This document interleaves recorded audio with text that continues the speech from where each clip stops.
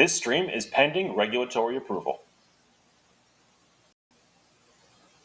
The intro is pending regulatory approval. The intro is pending regulatory approval.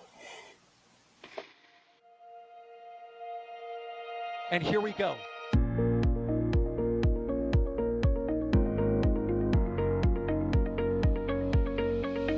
We have liftoff. Propulsion continues to be normal. R68 chamber pressure looks good. Following up. Roger, planet. Water towers fly! Yes! Echo down to nominal. Flight downside FD off. Bring in FD off. It's orange! R45! Oh my god! Decollage.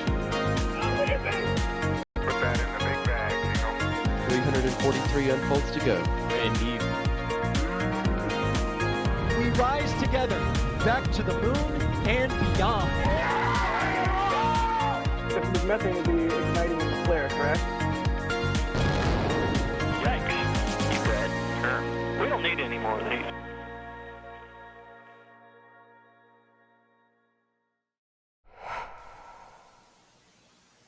Welcome, space fans, to a Flame Trench Countdown to Launch edition.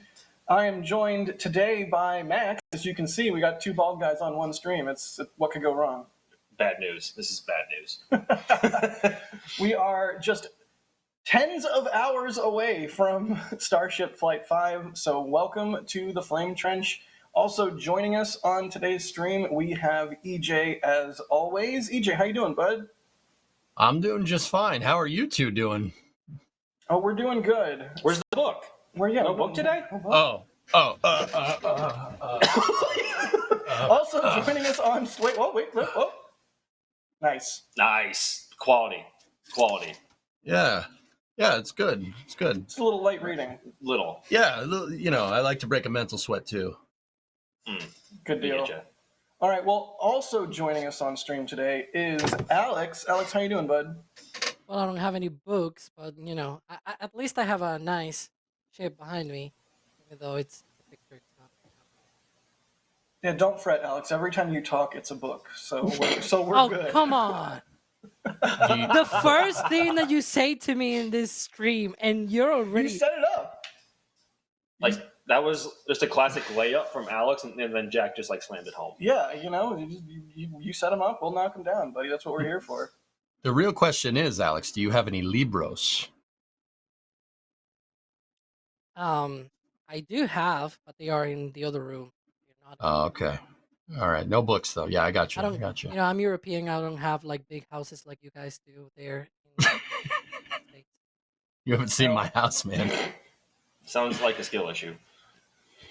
All right, well, we are in the Flame Trench. This is our weekly informal news show, if you can't already tell. If you want the straight news, you can go to the This Week in Spaceflight. That's what it's called, right? We Yes. have a show called We do. that. Every Friday. This is fun, because I can look at Max and be like, hey, how's it going? Someone just great. said in chat that I have the hair of those two, but I gotta say, I also have hair also for EJ. Alex, you have hair for 2403. the entire team. You have enough hair for the entire NSF team, 3 times over. Hey, so Starship, right? Flight 5 is Starship. what, 30-something hours away? Load it. Pending regulatory approval. That's the joke from the Intro that I kind of botched, but it's Well, you okay. did fine. Tag at NSF Spaceflight with your questions. We've got the panel open. We are ready to answer your questions about Flight 5. Obviously, there has been no regulatory approval yet, but that's not the end of the world, right, Alex? Yeah, well, we've seen in the past, right, that they have taken essentially until the last minute to approve these launches. So, for example, for Flight 4, we had the regulatory approval 2 days before of the launch. So, essentially, if that were to be translated to Flight 5, that will be today, right? There's a chance it might drop as we are live today. So, cross your fingers. But so far, there's no signs of any license so far. As soon as we get any information, of course, we're going to be talking about that if you have heard during today's live stream. If not, it can still drop tomorrow. A lot of people usually say, oh, well, but tomorrow is a Saturday, so they are closed. They are open 24/7. Otherwise, they will not be able to launch Starlinks at 4 a.m. in the morning. God, I hate those. Anyways, Wow, tell me how you really feel. yeah. Other than that, it could come out essentially even during the countdown on Sunday, right? The current launch license will allow them to be able to essentially go up until engine ignition. So up until then, they could wait and wait and wait and still get the launch license by then. All right, well, that just adds an extra layer of excitement onto everything. I certainly hope we get approval regulatory-wise One thing- before the countdown starts, but you never know how things are going to go. One thing I should talk about, though, because it's breaking news, it is not about Starship, but it's related with the FAA. It has cleared the return to flight of Falcon 9 after the issue with Crew 9 that just Awesome. came out right now. So hopefully they're clearing all of the stuff that they have from SpaceX, and the next thing is the launch license, right, for Starship. But that's good news because we have a lot of launches for Falcon 9 in the next week or so. But yeah, that's good news. That's good. Excellent. Good to hear. They also closed out So- the other two investigations apparently. So they closed everything from Falcon 9, the one from All the- July and the one from August. All the things. This is the closed everything Exactly. hand Hey, I'm gesture that we're wondering. doing. I'm wondering where all those people were that said the FAA goes slow. Where are all those people right now? In the Anybody out there? comments. That they're always in the comments. Just wondering. I'm softly quiet out there. I'm not hearing much They'll be in criticism. the Knocking on your front comments. door, That's EJ, weird. almost.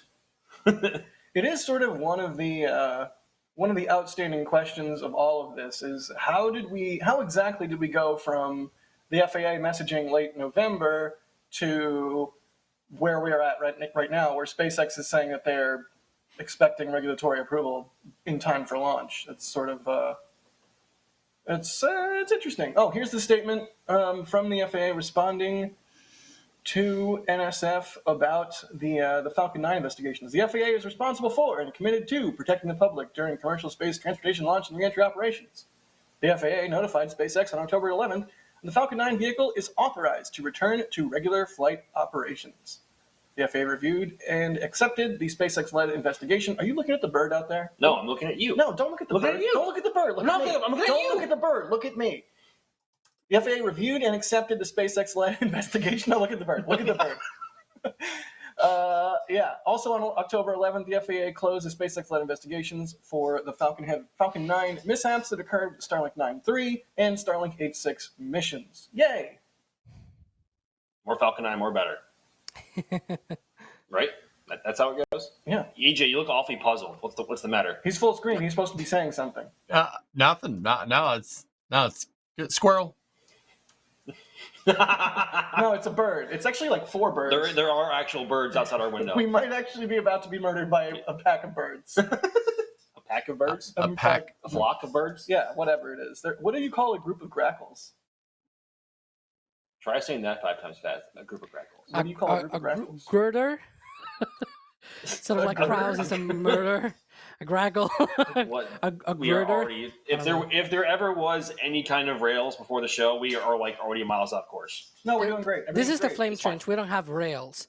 Unless That's true. it is the Saturn V. I think the flame trench, the diverter had like rails to be changed out. Anyways, hype train. There you go. Tuvix in chat is asking if SpaceX catches the booster. They're not really asking. I guess they're more saying if SpaceX catches the booster, all NSF staff should shave their heads. Do you agree to that? I will 100% back I- that. No, I no, think no, we no, all no, did. no, That- no, no. that is a message That- that both no. Jack and I can speak on behalf of NSF for and endorse this message. Yeah. Cool. All right. So it's been decided. It has been decided. Sweet. So state of play. Both vehicles appear to have been closed out. Both vehicles have FTA. What? What are you shaking your head for, Alex? Because it's not fair. You 3 don't have hair. I do have. 3? I mean, let's be honest. Don't no. Look There's, at that beautiful head of okay, hair. EJ has some. Okay. You know, I've never seen AJ without a hat before. This is interesting. He's got plenty of hair. Sa- Look at that- same look at that same man with go. Daz. Yeah. Daz is like the permanent hat. All right. Perma, yeah. Focus, Alex. Starship. Both vehicles have FTS Let's go. installed. Both vehicles are closed out. The dish. Yeah. Basically, everything's ready to go. It's just regulatory approval is the last box to be checked, right? We already have the Marine Safety Information Bulletin. We already have TFRs. I guess it's just like village evac and regulatory approval. Am I missing anything? As far as I know, nope. We even had a sonic boom advice. Well, not advisory, but more like a notice of a sonic boom that tends to happen for Falcon, for example, when it returns either to Vandenberg or to the Cape. They send out a sonic boom advisory and things like that, sort of to alert people, hey, that thunder like noise that you're gonna hear, yeah, that's normal, that's okay, that yeah, that's a sonic boom. And so obviously it's even more natural to send that there to Starbase because they are a lot closer to the launch site. I cannot wait, for Sunday.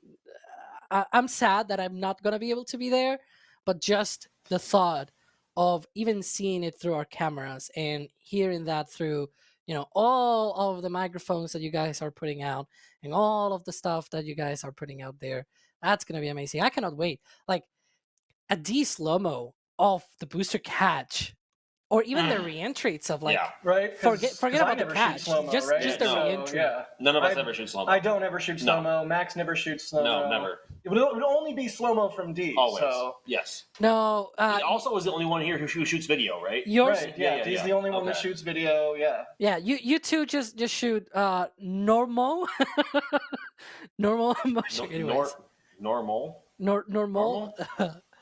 But Like, yeah, what's a camera? I don't even know what a Yeah, camera I don't know what a is. camera is. since you two are photographers and you're like, oh, we also shoot video and slow mos and whatever, I'm gonna tell you one thing: if you can capture a shot of the hot staging ring as it, dumps into the ocean, I'll get you a cookie.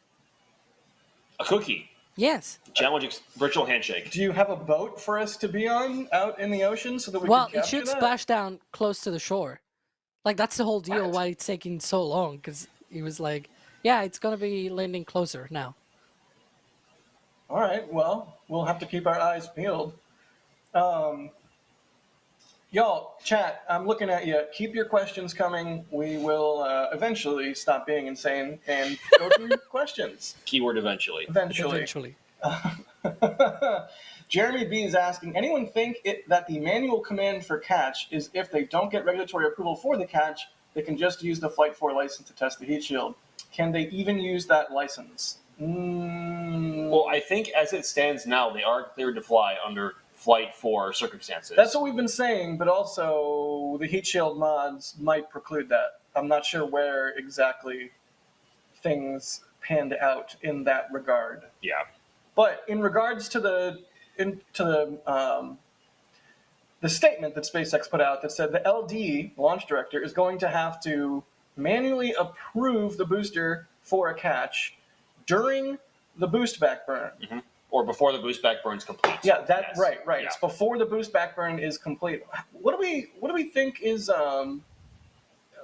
interesting messaging? Like, do we think that is sort of hedging in case they decide not to go for it, just like to let everyone know, hey, by the way, it might not actually be current. I don't know. EJ, did you read between the lines on this at all, or did you just sort of take it at face value? Do you know the statement I'm talking about? Yeah, you're talking about the SpaceX statement where they said that the launch director is going to have to be okayed for a catch, right? Right. I don't think that's a Flight 4, Flight 5 thing. No. I don't. If they don't, if you're going to get regulatory approval, you're going to get regulatory approval. It's very clear that the FAA goes very methodically, one step at a time. So. And we clearly saw from what's going on with the Falcon 9 stuff, right, of SpaceX trying to file the old paperwork for the old plan just to get it done so they can, right. Move for the new, before they do the new plan, right, just floods the FAA with more paperwork, right? And that paperwork is requested from them, by the way, just saying. I don't think this is like, oh, we're going to do that if we don't get approval for catching the booster. No. I think that's very much a health check on the vehicle, and it's very much there, just to be absolutely sure that the vehicle is in good health before they risk the launch pad and the chopsticks and obviously the booster too.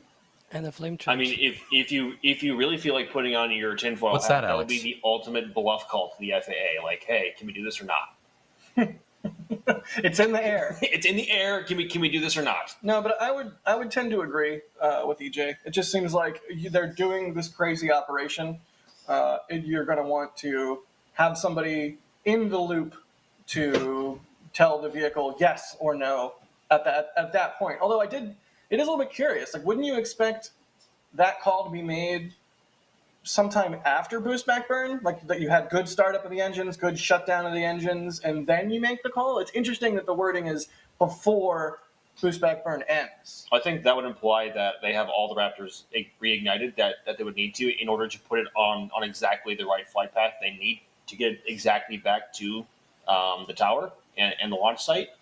Because obviously, if they don't, they're losing a lot of thrust in a lot of performance, and they might not be able to be as accurate with their positioning during the boost back burn, because obviously there's no entry burn to correct the flight path at all. So I mean, they only have entry or landing burn.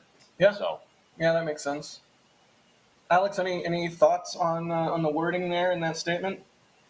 I think they're just gonna go for the catch, and that the statement is just, obviously a technical statement. I don't think it has to do with the approval. If they don't have approval for launch, that's a whole different thing, whether they go or not. I feel like if they think the FAA, and they tweeted this today, right, that they think they're gonna have approval for a Sunday launch. If for whatever reason they don't, I don't think it's gonna take that longer, like maybe an extra day at most, or two, because if it is that close from being approved, it may be that they just need an extra day or two for the FAA to close out things. And to be fair, maybe it's not the FAA; it's maybe the FAA waiting on another agency, which they had to do all of this consultation and blah blah blah, all the stuff that you already know, right? Um, so it might just be down to that, right? If they can just wait another extra day, why not? Let's try to catch. Yeah, that's We've fair. already waited like what, 4.5 months since Flight 4. yeah, We can Yep. we can wait a day or two more. Yeah, that was a Here's an 50 interesting bomb. comment from Flawed Perspective. They're saying it's called a stabilized approach and is a general principle of aviation landing approaches. Yes, like you want to, at a certain distance away from the runway, be stabilized, meaning you're not trying to get into the right position for landing. Like everything needs to be lined up and good as you're coming in for the landing. So that would make sense, during the boost back burn.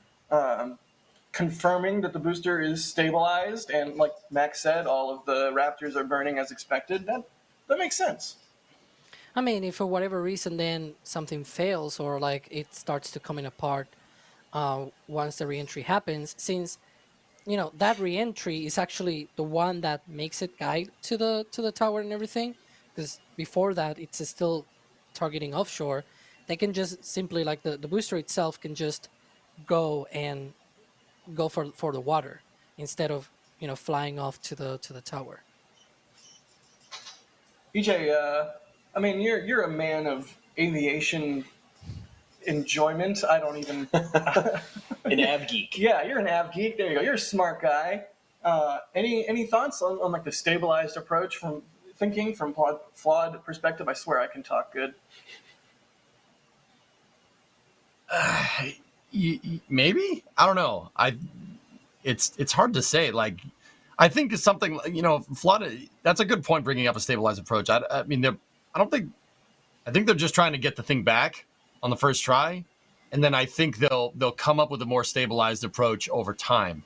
Like, Alex, I asked you this on Countdown to Launch the other day. Like, I personally think they're going to start landing the booster into the headwind for accuracy purposes, but and that's why the chopsticks can like move in different directions, and that's why the pads are kind of 90 degrees offset, so you get a full like 180 degree azimuth for your landing angle and stuff. But that I don't know. That's just me. I mean, I'm sure they're gonna. I'm sure after we get one, or after they get one, I should say. I just got the hat. That's all. I just got the hat. I'm not them. After they get one, maybe they'll kind of iron out a lot of stuff with the trajectory to come up with kind of a more stabilized approach type thing, like aviation. Like it's what I was talking. Like once again, it's what we were talking about on Countdown to Launch yesterday. Like Starship needs to have airplane-esque operations, and that's I was so fortunate to have Ryan Weber, our another host, do. He's an A&P on airliners, and I was asking him all kinds of questions. I'm like, what do you think? What do you think? How's this going to work? How are they going to have to do maintenance on Starship? What does maintenance look like? What is the landing? What does the approach look like? Like, personally, I think Super Heavy, you're going to get to the point where Super Heavy is going to have to launch in any condition if they want to launch thousands of Starships. So that means headwinds and tailwinds and crosswinds during landing, right? Just like what we've seen with Falcon 9 over time. It's no secret that you could just watch like every Starlink mission. If you're a nerd like me, you could see that sometimes they go to land that Falcon 9 in pretty dang rough conditions, right? So but that's not what they did at the beginning. Recovery conditions for Falcon 9 scrubbed missions when they first started landing them, right? Like this is Stone Age ago, because it's they go so fast. But I don't think it's going to do that on the I don't think they're going to have like set criteria. I think it's just do what your best guess is, with your simulation and your analytics to get that thing back, and then figure out something a little bit later. Yeah, that's fair. Just a thought. We have one here from where? Let's see, where did it go? Oh God, where did it go? Here's one from Everyday Dev asking, what is your estimation of what SpaceX is looking for the go, no-go for the catch? I mean, Max, you were saying... Successful reignition of all the Raptors needed for boost back, and of course nominal shutdown. But they're going to make the call before they shut down. Yep. And obviously making sure it's on a nominal trajectory, and that the engine gimbaling system is functioning as it should. Because as we saw on Flight 4, on the booster entry, they actually lost one of the Raptors during the landing burn, which sort of unintentionally demonstrated the fact that they have engine out capability of at least one Raptor on the landing burn with good enough accuracy. Or as I think, was it Gerst?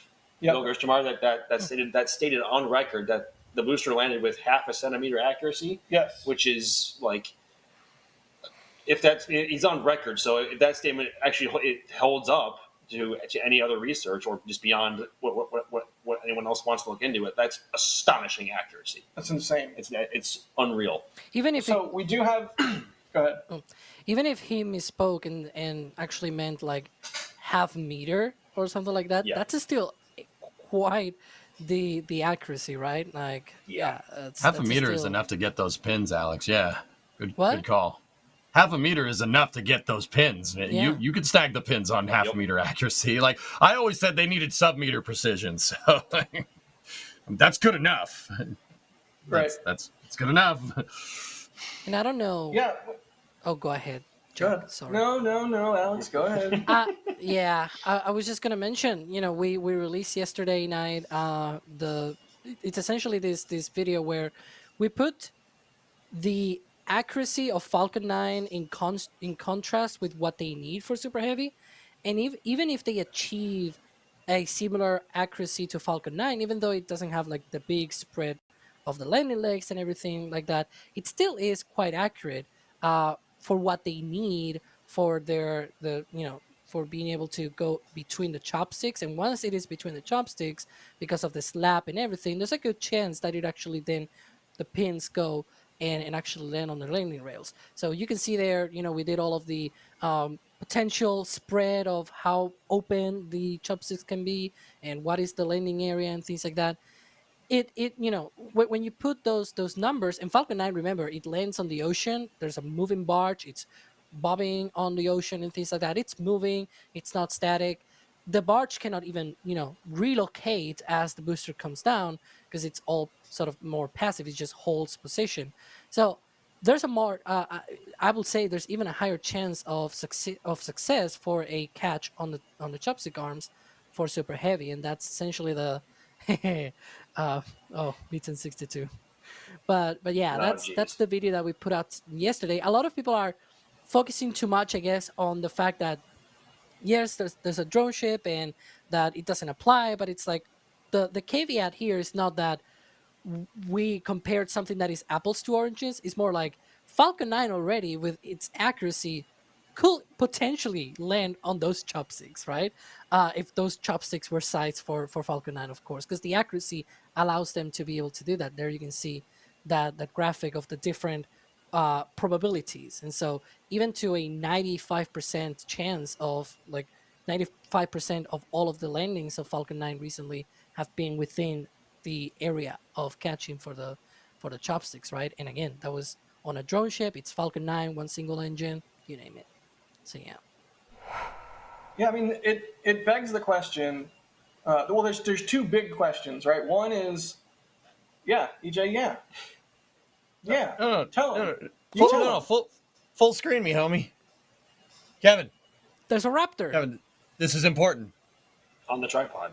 Yeah, live? Yeah, that's live. Heck yeah. Thank you, Chad. Hey. Likely a Raptor 3. Go, Probably is a go, Raptor 3. go. Sorry. SpaceX not wasting any scrap of time. And yeah, McGregor Live. It's our 24/7 live stream of SpaceX's engine testing facility in McGregor, Texas.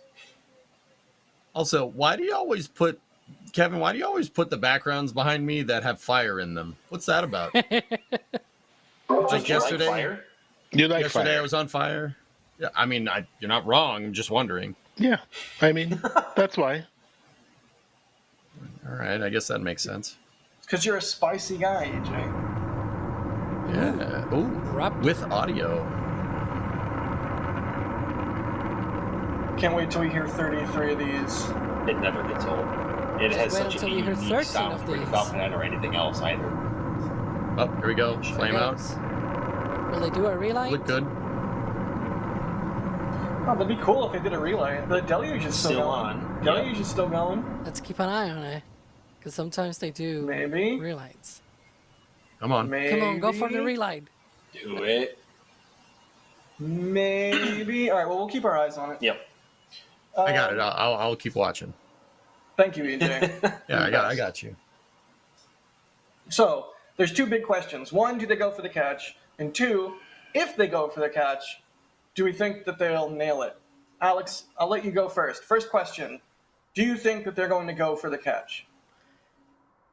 That is more of a 50-50 one there, but I do think that if they actually commit, if everything looks good for a catch, there's a good chance that at least, it goes through the chopsticks at the very least, which, mind you, it's rather complicated to hit that target. Even though it looks very big and everything, it's not that much, right? And, everybody remembers, or at least I do remember the first time that they actually tried to land a booster on a drone ship with Falcon 9.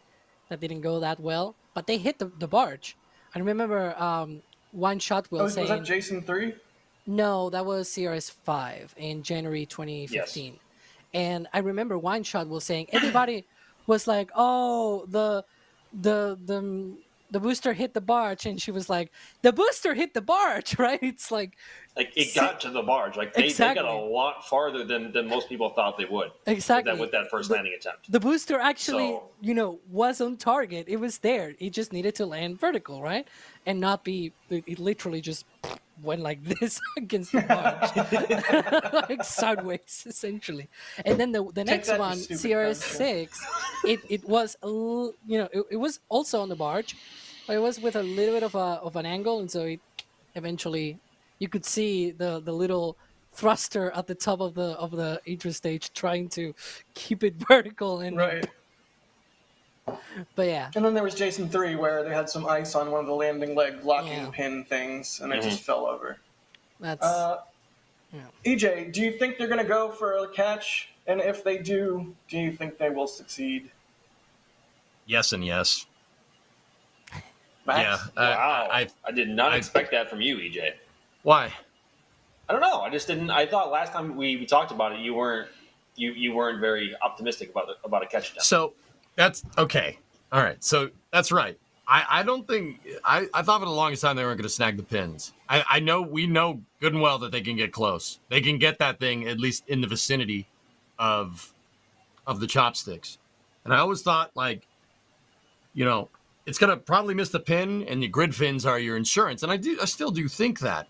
But what really changed my mind is what you brought up a little bit earlier, Max.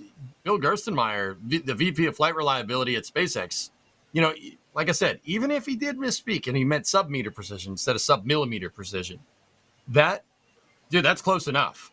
He wouldn't, and you guys said it before. He said that on record. Like that was to the press, Yes. You don't come out with that kind of confidence and not be sure that your hardware is capable of doing that. Yeah.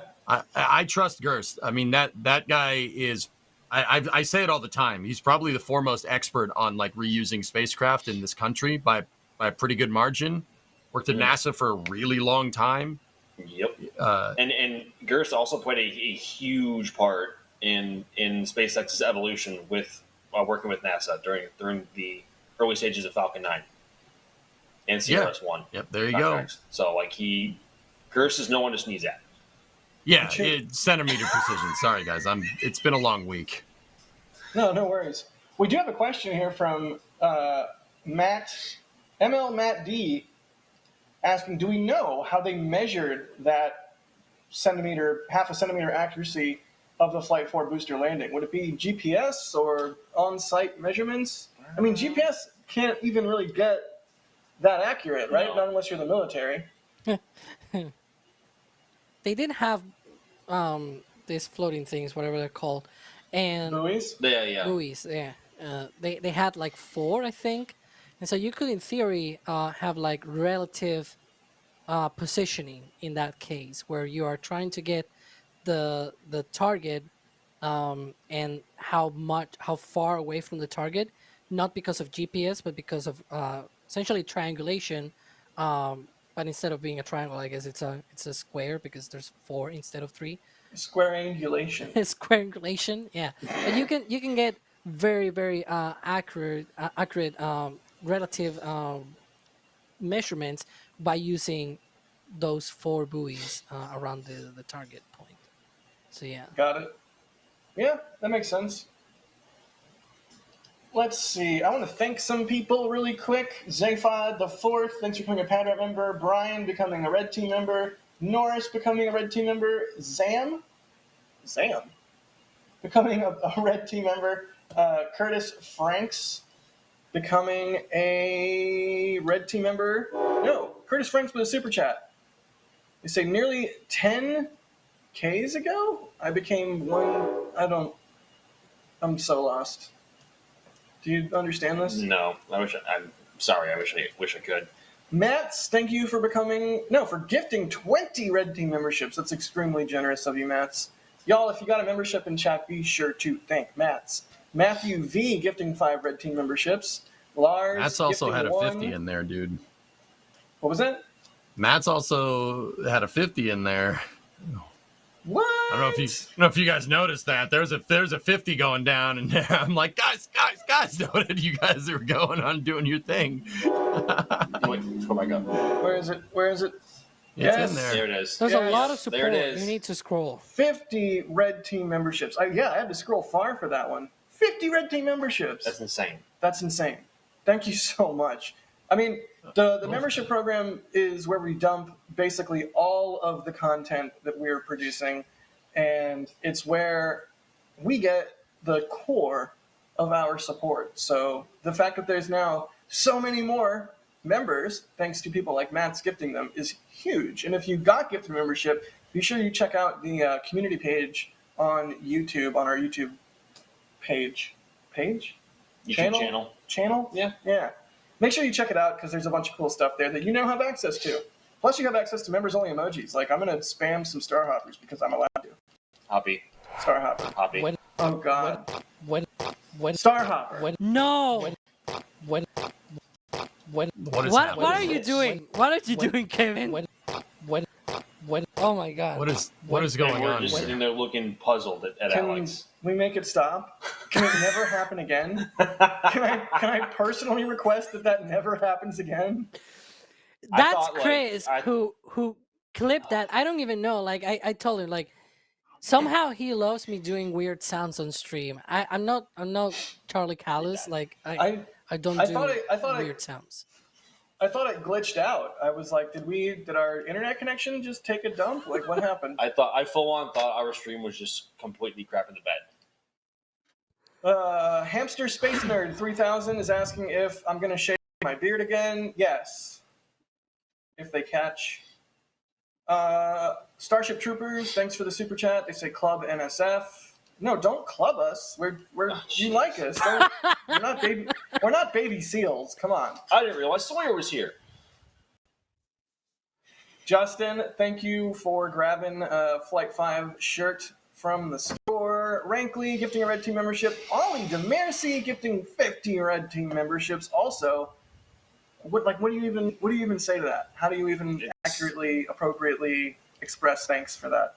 Ali, you always come out with the huge amounts of support. Thank you so much. We'll keep the show rolling in thanks. Travis grabbing the Flight 5 patch. Anonymous also grabbing, if it will show me, the Flight 5 patch. He said, did someone say Booster 5 catch? I got this. Let me get my fishing net. Booster 5 didn't end up in the drink. Booster 5 just ended up being sliced and diced. Pauline Brock asking if Max is that much taller than me or if you're in a high chair. He's much taller. I'm not that much taller. I'm really not that short. You also have not been that close to the desk. Can you closer? Stop slouching. There, that's better. I'm a normal human person. There you go. You can almost see the green screen on the folds. Oh God, you can. Oh God. Because it reflects. Yeah, yeah. No, we know. We live with it every day. Thanks for pointing it out like explicitly, Alex. Thank you. Brian Banks, thank you for the support. They say, hey guys, I noticed on the FAA. No, we're moving on. They say, hey guys, I noticed on the FAA website for TFRs, it's actually scheduled for Tuesday the 15th at 6:45 Central Daylight Time. Am I missing anything there? Yeah, that's looking at you, Alex. That's the latest TFR, but not the only TFR. There are actually multiple, and that is for the backup windows essentially. So it is not for. It is not the main EJ? one. What's so funny? Are you all right, EJ? You okay? Chat just cooked you. Like, Chat just cooked you so hard. I'm sorry. Me or it's Jack? savage. I'm gonna. Both of you. Is he in a high chair? I'm gonna put in That's the, really in the back funny to me. channels the TFR for Sunday, so that maybe while you two get roasted by me, maybe Kevin can put that TFR out here for Sunday. Oh my God. Snot Garden with a $20 super chat. Thanks, buddy. They say, is this the end of the BART? Booster Artificial Reef Program. Hopefully. That would certainly be a good thing. We certainly don't want any more barps in here. No more barps. Snot Garden also gifting 5 Red Team memberships. Simply Unknown becoming a Capcom member. You get Discord access at Capcom level and above. So pop into the Discord and say, hey. Sam Wiltzus. Alex's joke Wiltzus. Like wilt, like a wilting, like a flower that's wilted. We know what wilting means. Okay, I just just making sure you know. The buddy. TFR for Sunday. There it is. Well, there wait, it is. Okay, this is the TFR for Sunday. Okay. Yep. Looking. Look at the poll. Oh, it's in UTC. I can't convert UTC. EJ, what? What now? What is so EJ? Just do funny? minus What now, 5. EJ? Can you do 11 Twitch minus chat. 5? No, I can't. It's 6. Now, one thing to mention though, that's the start of the TFR. It's not the start of the window. The window opens at 7 a.m. Central, and so the TFR obviously, the airspace needs to be clear before the launch. So it starts 15 minutes before the window opens. So that's why it is like that. Got it. That makes sense. AJ, are you okay, buddy? Can you Look at breathe? the poll. You guys We're look at getting the roasted poll. on Twitch. Look at the poll. There's a poll? I Oh vote- God, there's a poll. I voted option 4. I'm not seeing it. Hang on, I'm trying to find it. I'm not seeing it. I Sorry, don't see it's the pretty poll. funny. We know. You Oh, need a I'm in high the chair. wrong. I'm in the wrong. Oh, I'm a big dumb idiot. I can't see the pole. I'm a gigantic idiot. I can't do this. This is This too is like Looking funny. shot forward to face of booster that. hot staging, booster landing, booster catch, booster seat for Jack. I'm going with booster seat for Jack. Oh yeah. my God. I could use a booster seat. I'm a small man. I'm a tiny man. I'm only like 5'9". Just on a because I good saw, day. the question from before about the 50 launches, that's from California and that's for Falcon 9, not related with the Starship. Right. Cool. Well, where are we at? What are we doing? We gonna do some more questions? Does someone want to rant about something? Alex, do you have a 30-minute answer you want to give about a question that's like a yes or no answer type of thing? I don't. Just keep with the questions and whatever is coming through, the chat. I bet I'm seeing a Feed lot us, of chat. questions here from people tagging at NASA spaceflight. So Let's see. Send it. Let's we go. have a question here about the targeting the booster will do. Stop Looking 9 is asking, do you think the booster will target east of the tower or southeast of the tower before the final catch? Got wondering after Ryan Hansen's video. Yeah. I wonder if they're almost going to do something similar to what they do with Falcon 9, in that if they're going for a drone ship landing, they target obviously off the drone ship in the water in the event that a Merlin doesn't reignite, so that way it can just sploosh right in the water and not ram right into the drone ship and cause damage. And for LZ1, LZ2 landings, they aim for the ocean until also the Merlins or Merlins relight, depending on the profile, until those relight, and then they actually aim and orient the booster for LZ1, LZ2 touchdown. But yeah, there's a lot more space in between the shoreline and also where the OLM and the chopsticks are.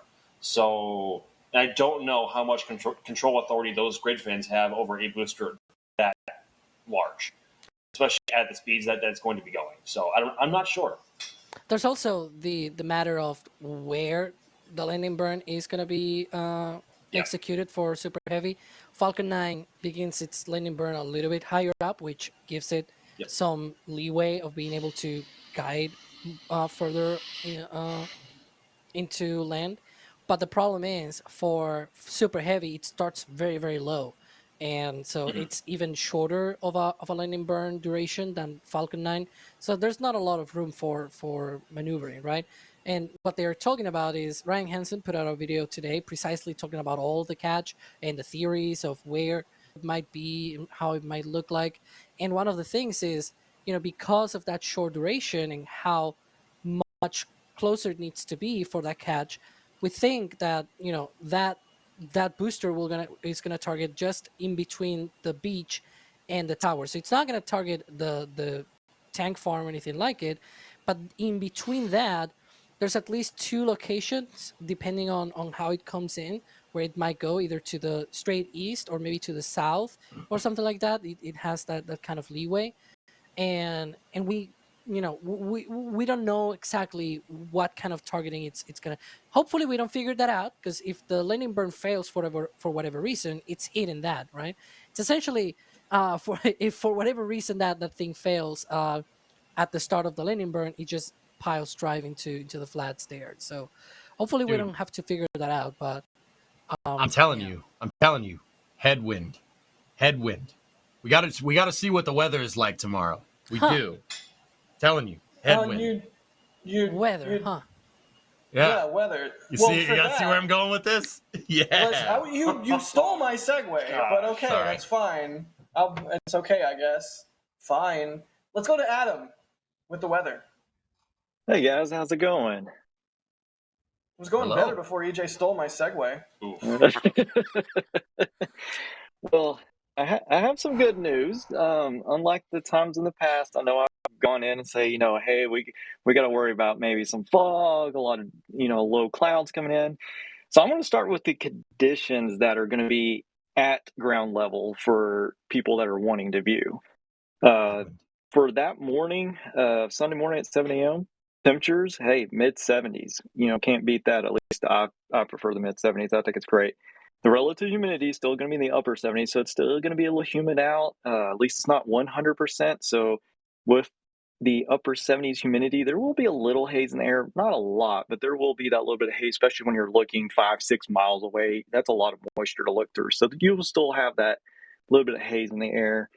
The wind at the ground, we're talking about south winds 5 to 8 miles per hour, so pretty light winds. And what's nice is a south wind there means wind's kind of more blown across the land and not the ocean. So hopefully that'll keep that like sea mist down a little bit too. So viewing conditions for the ground seem great. Cloud wise, there might be just a few real small, like just puffy cues that go by, but mostly clear. So conditions for viewing look great for Sunday morning.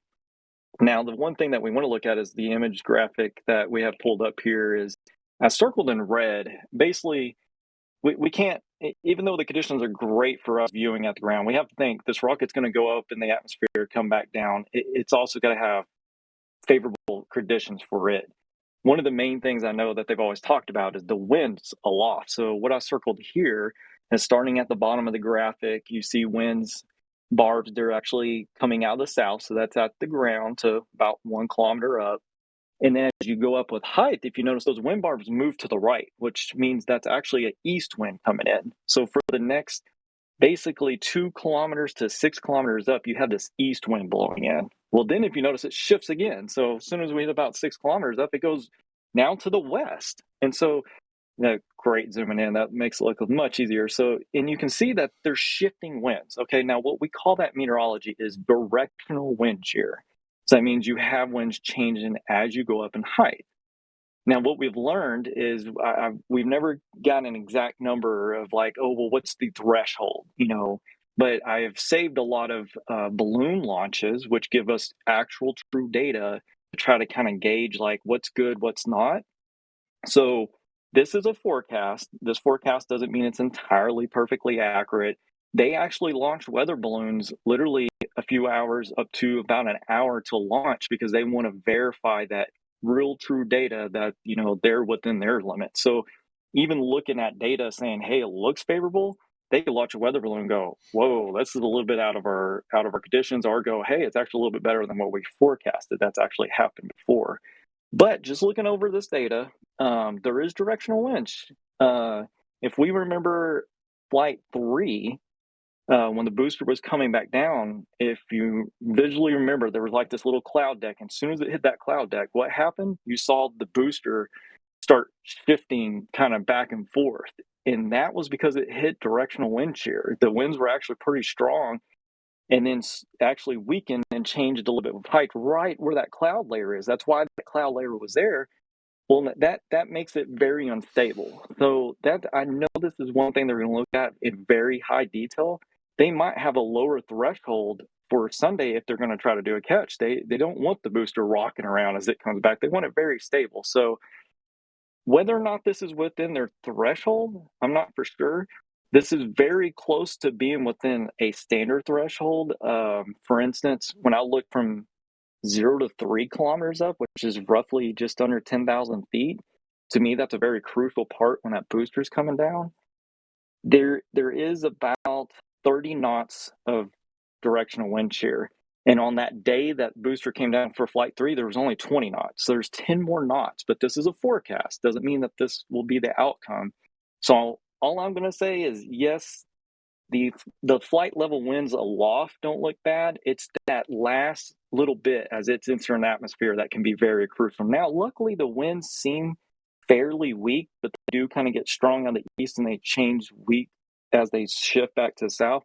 That might be within their threshold. So to me, it looks very close. I think they're probably close to within threshold unless they have a higher like safety cushion because of a catch versus just it going to the ocean. So that's my 2 cents on that part.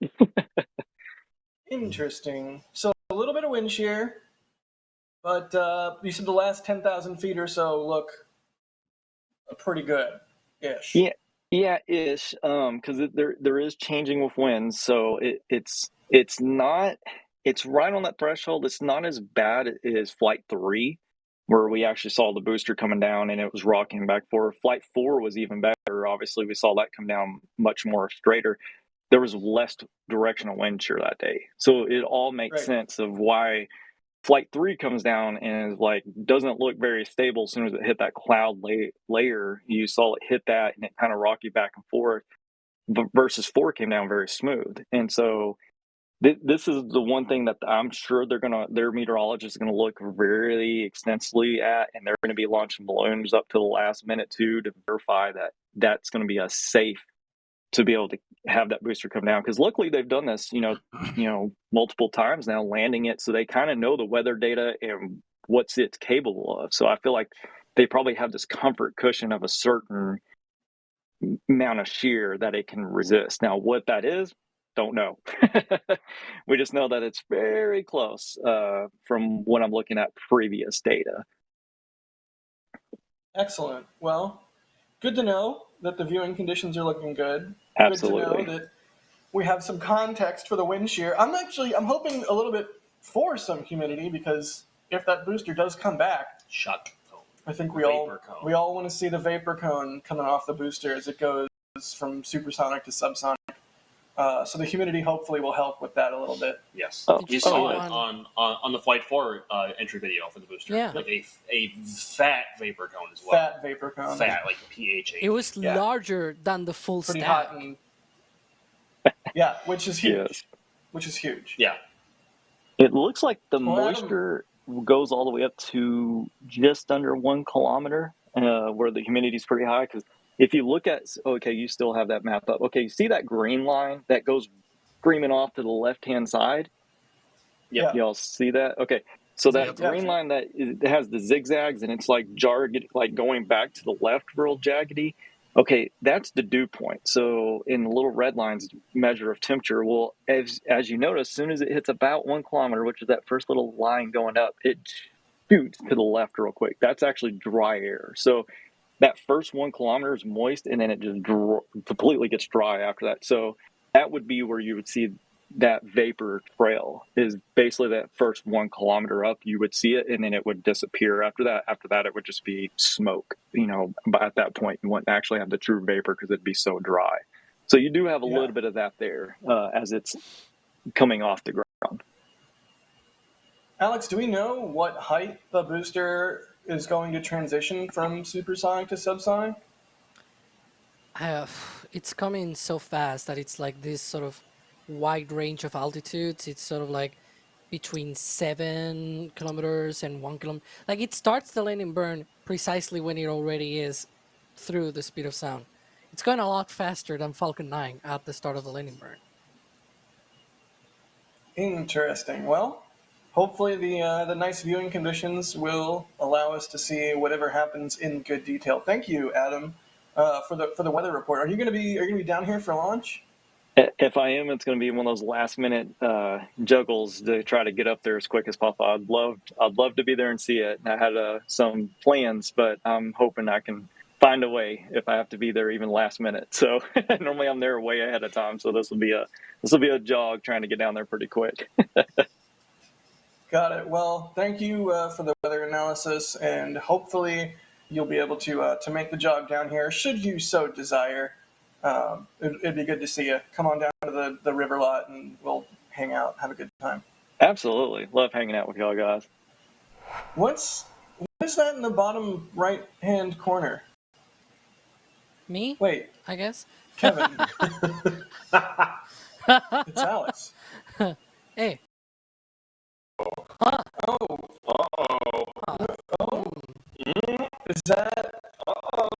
Is this the super secret reveal that we're revealing, right? We're gonna just... Are we doing it?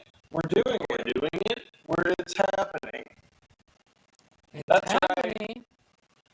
It's not even Halloween, but our Christmas sweaters, our Christmas jumpers, if you're of the British persuasion.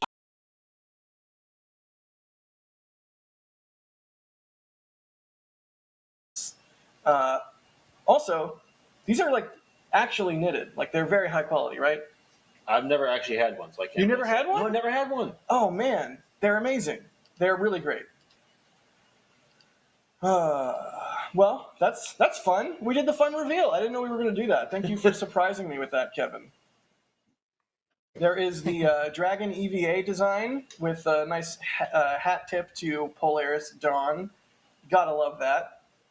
I have to say, our designs this year, I think, are extraordinary, especially with the full stack design as well. Yeah.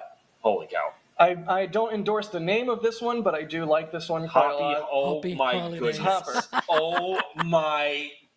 That's a perfect. Yeah, so we're doing knitted blankets also this year in addition to these sweaters. You could have called it Hopper Holidays and it would have been. But it wouldn't sound correct. Happy holidays. Yeah, but Hopper Holiday, it still sounds like it would still be a pun. But it's still happy holidays. You lost. Take the L. No, you do the rest of the read. Here. I can't. No, I can't. I suddenly can't read. But I'm also seeing that we have the old ones that we had last year. What's up with those?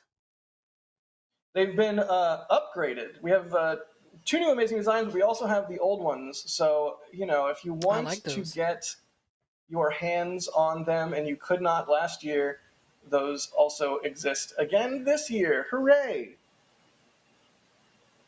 New beanies. And the beanies. Yeah, the beanie as well comes in the new designs. Oh, wow. I did like the beanies too. I'm a beanie man. As a bald guy, or do you have a penchant for beanies? When the weather approves, yes. I also wear those, and I'm not bald. You're not allowed. They're not for you. They're not for you. I gotta say, I'm wearing this merch still because it's very hot in here. Yeah, I need to wait another month. Are you all wearing Thrust Collection? Did we do it again? Did we do it again? I guess. EJ, what are you wearing? Well, this is EJ, what are you wearing? the black one. EJ blew it. This is B4. Get it? He blew it? Yeah, he blew it. I didn't realize I was on a stream with Sawyer. He blew it. That's what you sound like. What is happening right now? Someone is asking, where's the Christmas kilt? There's no. We have to get on that. We okay. You can probably get the the blanket. Somebody and sort of wrap it. Somebody make a poll. Is Jack leaving? Jack's leaving. This is my payback for Monday, Jack. Okay, so we need someone, either Crispy or somebody to make a poll on whether or not people would actually buy kilt merch. Like explicit Jack kilt merch specifically to fund Jack getting a kilt. Like a quality kilt. Absolutely not. Can we get a poll? Somebody please? No. Please, pretty please. No. Yes. Stop. Yes. Stop. Yes. Stop. Please. Jack, come back. Get your butt back in here.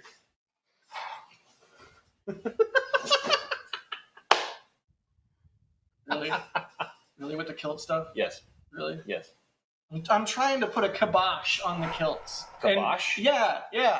A kilt bosh. Okay. And you have to just reinvigorate the whole Chat's kilt. going nuts, dude. Yeah, I know. Yeah, of course they are. They love it. They love the kilt stuff. Jack will wear a kilt for Flight 5. If they catch it, he'll wear a kilt. No, that's not true. Oh, I'm just gonna say, I'm writing Starbase Update this week. No. I can make you say whatever. How are we? This is a fun conversation to have live on air. How are we going to do Starbase Update this week, given that we record on Saturday or Sunday and the entire weekend is chaos? Immediately. You tell me. Great. Carefully, is the word.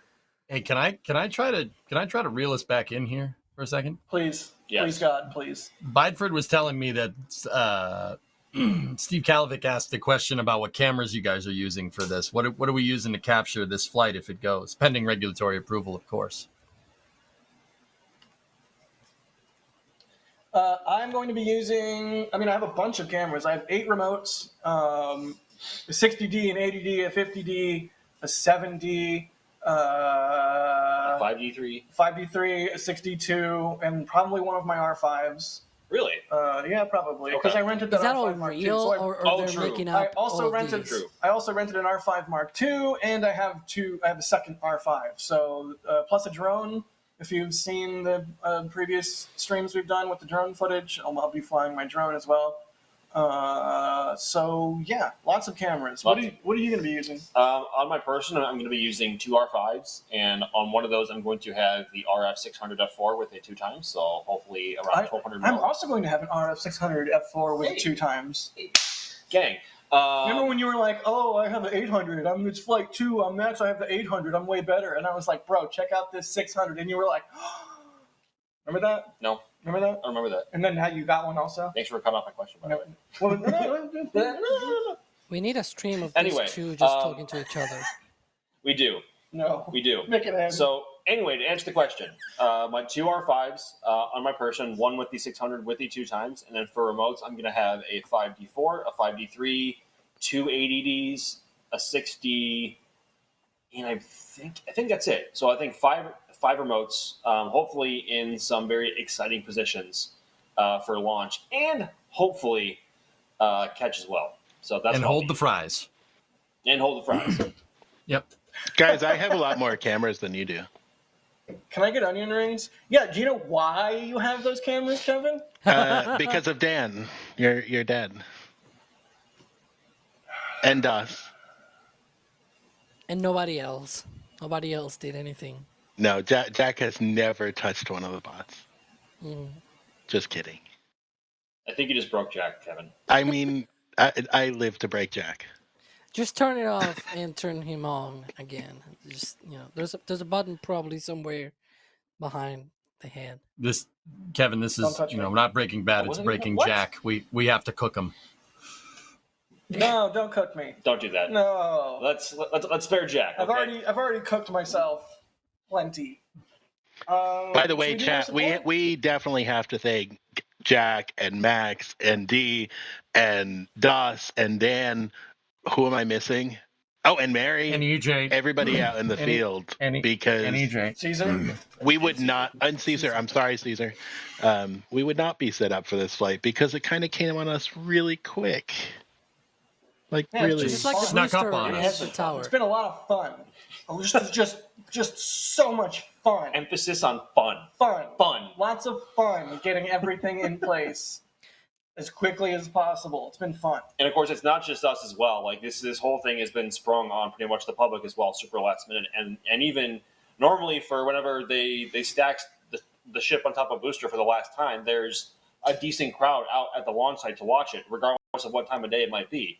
But we were out there this morning, and the crowd was like non-existent. Yeah, Like, but nobody it's was there. Friday. It's Friday. I guarantee you, tomorrow on Saturday, there's going to be a bunch of people out there because 100%. A, it's L-1, and Yep. B, it'll be the weekend. So I'm thankful it's a weekend, not a weekday launch. No kidding. Just so Yeah. that the people with day jobs or jobs during the week are able to come down and watch it. So And also, Um, Max, you and D also had to sort of get away from Florida as quickly as possible because of the hurricane, right? We did. So both of us opted to. So we used Flight 5 as a large excuse to evacuate To get Florida away. because of the hurricane. Yeah, so it was pretty much hurricane evacuation with the side bonus of potentially catching Flight 5. So now, and for those who don't know, it's a very long and tenuous drive from Cape Canaveral all the way to Starbase, Texas. For me, it took about 20 hours total. I drove 15 hours on the first day. Thankfully, I split it over 2 days. I wasn't in too big of a rush. 15 hours on the first day, and then 5 on day 2. I got here on Wednesday. But it's about 1,400 miles total and about 19 to 20 hours, depending on traffic and other variables. So That's okay. That's not nothing. a drive. It's not. Yeah, right. Nothing. It's super easy. Yeah. I say that, and if I drive more than 1 hour out, I'm already screaming internally. See, I'm from the Midwest, so we have the mentality. Even though this does kind of break my mentality, but like if it's under 14 hours, why fly? And so at 14 hours, what's 5 to 6 more? It's easy. it's fine. It's fine. Everything's fine. Everything's fine. We have a bunch of questions about cameras. Chris is asking, did I get my camera back from you yet? I did. Max brought my camera I back. did not forget it. Yes. Miraculously. Yeah, you heard me. Wow. Ener is asking, are there improvements to the audio for this flight? We hope. Caesar has been working his tail off on it and got some new mics placed and all kinds of stuff like that. So Mics have been a big focus for this live stream. So hopefully it all pans out. yeah, we're hoping for Wasn't- some really good sonic boom audio. Yes. I was Go going to ahead, Alex. say, wasn't Flight 4 when SpaceX had a really, really bad audio and we got it, I mean, not splendid, but it was okay-ish at the very least? Because I remember, I don't know. yeah, because the I'm not sure. audio was like, it probably had some issue there. Ooh, Elon tweeted. Well, I remember for Flight 2 and Flight 3, the mics that SpaceX had were blown out before the rocket even cleared the pad. So, Yeah. oh, we got a tweet from Mr. Musk here. Let's see. Looks like Starship might fly on Sunday. This is the largest and most powerful flying object ever made. At more than double the thrust of the Saturn V moon rocket, we will try to catch it upon return to the launch site using the Mechazilla arms like giant chopsticks, like Karate Kid. Cool. I mean, we know, Yeah. but cool. It's always good to get the hype train rolling, and a lot of people follow Elon that might not be super tuned into SpaceX stuff in particular. So, can we get the hype train rolling, Kevin? I mean, that tweet is definitely getting. Wow, Alex, now Chris. There B, it is. There it we go. is. Now Yeah, B Chris is going people to will clip clip that, and then, yeah. You do this to yourself. I exactly. Jared I Waugh do with a this to $50 super chat. Thank you so much, Jared Waugh. They say hashtag no kilt club. Oh, You're the best, Jared Waugh. dang it. You're the best. You're the absolute greatest. Also, Russell Snodgrass with a $100 super chat. Ooh, Whoa. oh, I misclicked. Hang on. Everything's on fire. Wait. How do I do the? There we go. I'm good at this. It's now. I think it's now. It is now. Russell Snodgrass, thank you. They say when they make this booster catch. I see what you're doing there. Admire When the optimism. they make this booster catch, where and how will they safe the booster? On the orbital launch mount or on a stand? Do we know? I don't. Okay, so the orbital launch mount has two pins or like alignment Yep. helpers. I don't know what you want to call them, pins or what have you. Dowels? Did you say dowels? Sure, they're dowels. But those have been removed. Those are removed Yep. before launch. So in theory, there's no way to get the booster down on the mount. So they would need to safe it in the air. Yeah. And that could just mean simply letting both the methane and the liquid oxygen just boil off, even though they're not supposed to let methane boil off in the atmosphere because it's flammable. They do have some like from the PEA. They do have, I think, up until 7 tons they can release for each launch campaign. So Okay. and that's probably And I think what's going to be yeah. remaining in the tanks at the end of the landing burn. If not less, to be honest. I would expect Yeah. less. I mean, basically both tanks will be essentially empty. So even if for whatever reason it does come torpedoing right into the OLM in the tower, there shouldn't be that big of a bang. Because at that point as well, at least the tank farm should also be mostly empty. Unless it hits the tank. Well, tank farm not mostly empty, no. At least on the methane side. I thought the tank farm can hold enough for 3 recycles. I could be way off on that. Yeah, that could be it. I'm not sure. But I think having it realigned and putting it back on the OLM and having the booster QD, the BQD reattached to drain propellants is not likely, because that's also assuming that they catch it perfectly accurately Right. on the chopsticks and are able to just perfectly rotate it over and put it down. So It's tricky, Yeah. but I expect basically if they do catch it, it'll be hanging there from the chopsticks, and we'll see them crack open all the valves. yeah, probably. And just immediately depress everything. Yep. I don't know. Preferably EJ, not at the do you same want- time. Not at the same time, correct? No, Yes. because you don't want that stuff to mix. Because you don't want a Booster 7 style kablamo. Kablamo. Yeah. It's a technical term. Thank you so much, Russell. Great question. Great question and insanely generous super chat. And you're always coming out. I mean, Jerwa as well. We always see the same names pop up. It's there's no way to appropriately say thanks other than keep doing what we do and trying to bring you guys the best coverage that we possibly can. Speaking of names that always come up, Eric Frazier, who is a big supporter and in our Discord, sent us something, and he asked me to display it.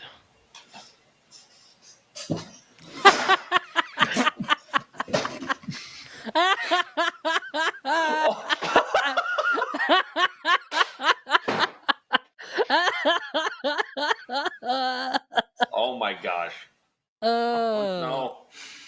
I wonder how much of this was created by AI. How much of this was Photoshop? I wonder.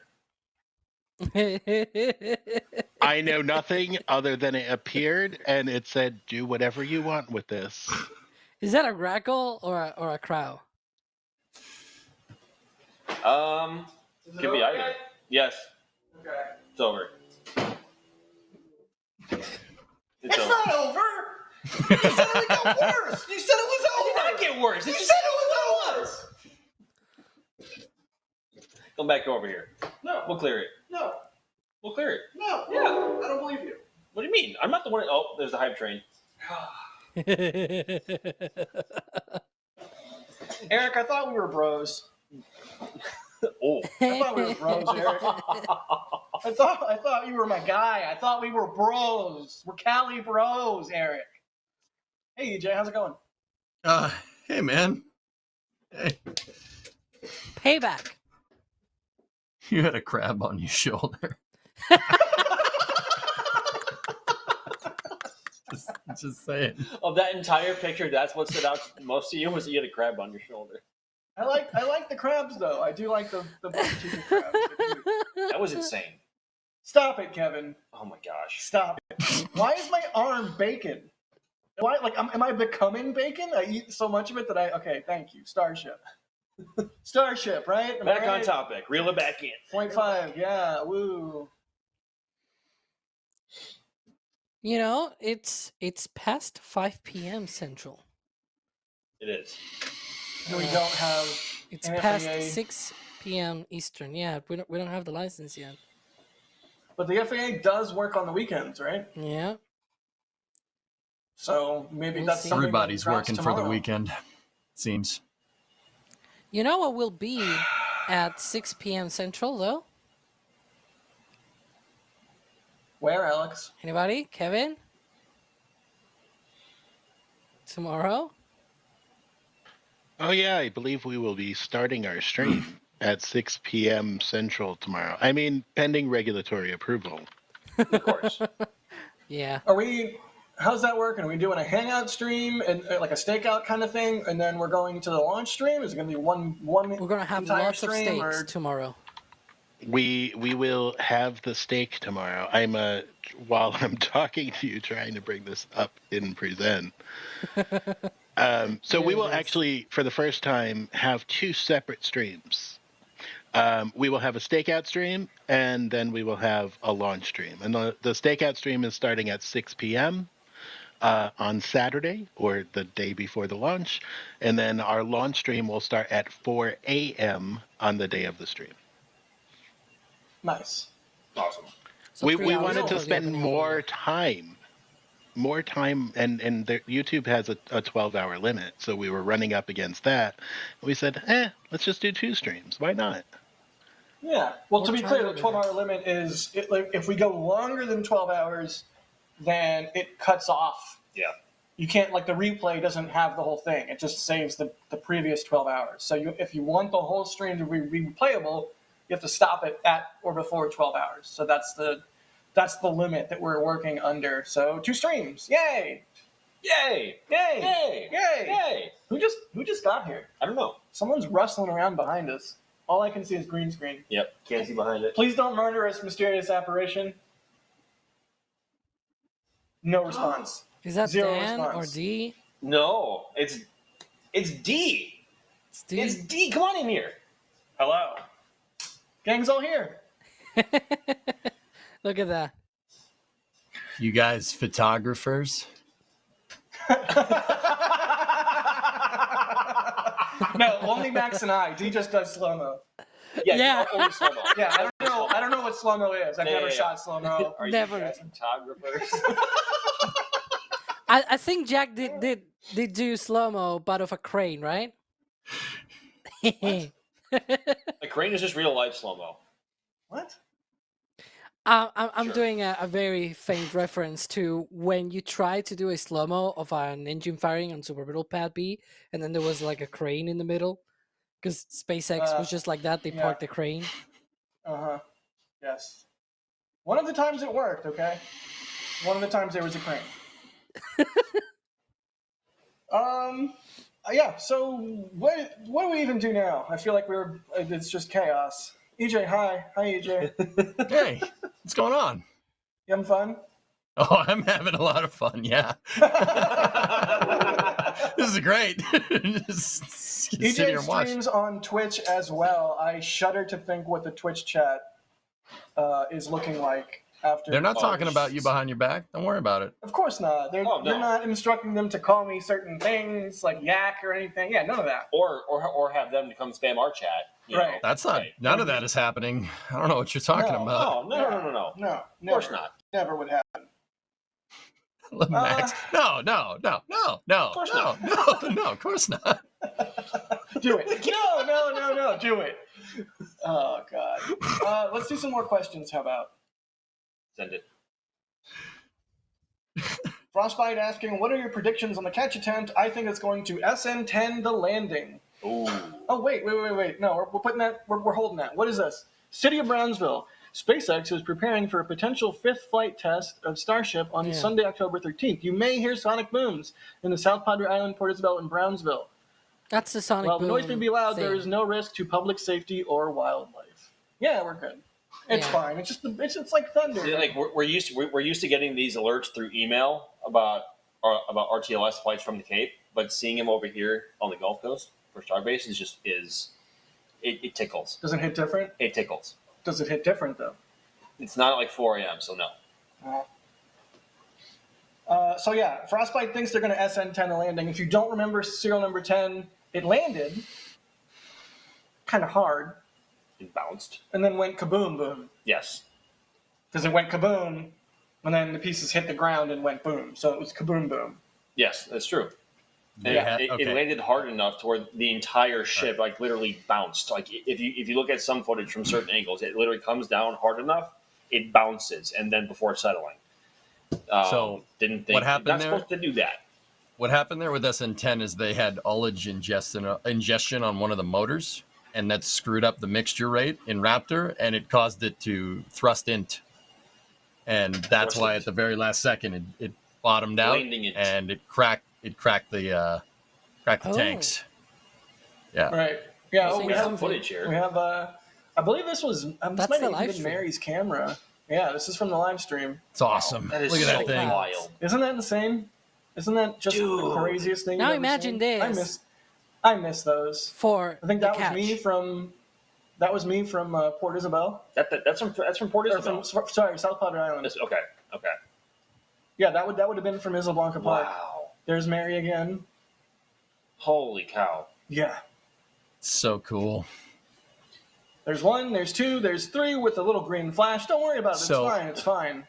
The green flash on startup is not that big of a deal, but watch that motor right at the very end. The exhaust coming out the bottom decides to change color there. That's what you got to worry about. Yeah, you can't see it; it goes into the flames. But see, you can see the Bonk. reflections on those clouds. And then like 5 minutes later, it blew up. Yep. Yeah, And it well, caught it started everyone off leaking guard. propellants everywhere, and it's only a matter of time before you get atomization of those vapors, and they find a source of heat because there's You a lot of know? hot things at the bottom of that. The funny thing is, this was a very useful thing, because what they found out is that this explosion broke the transfer tube.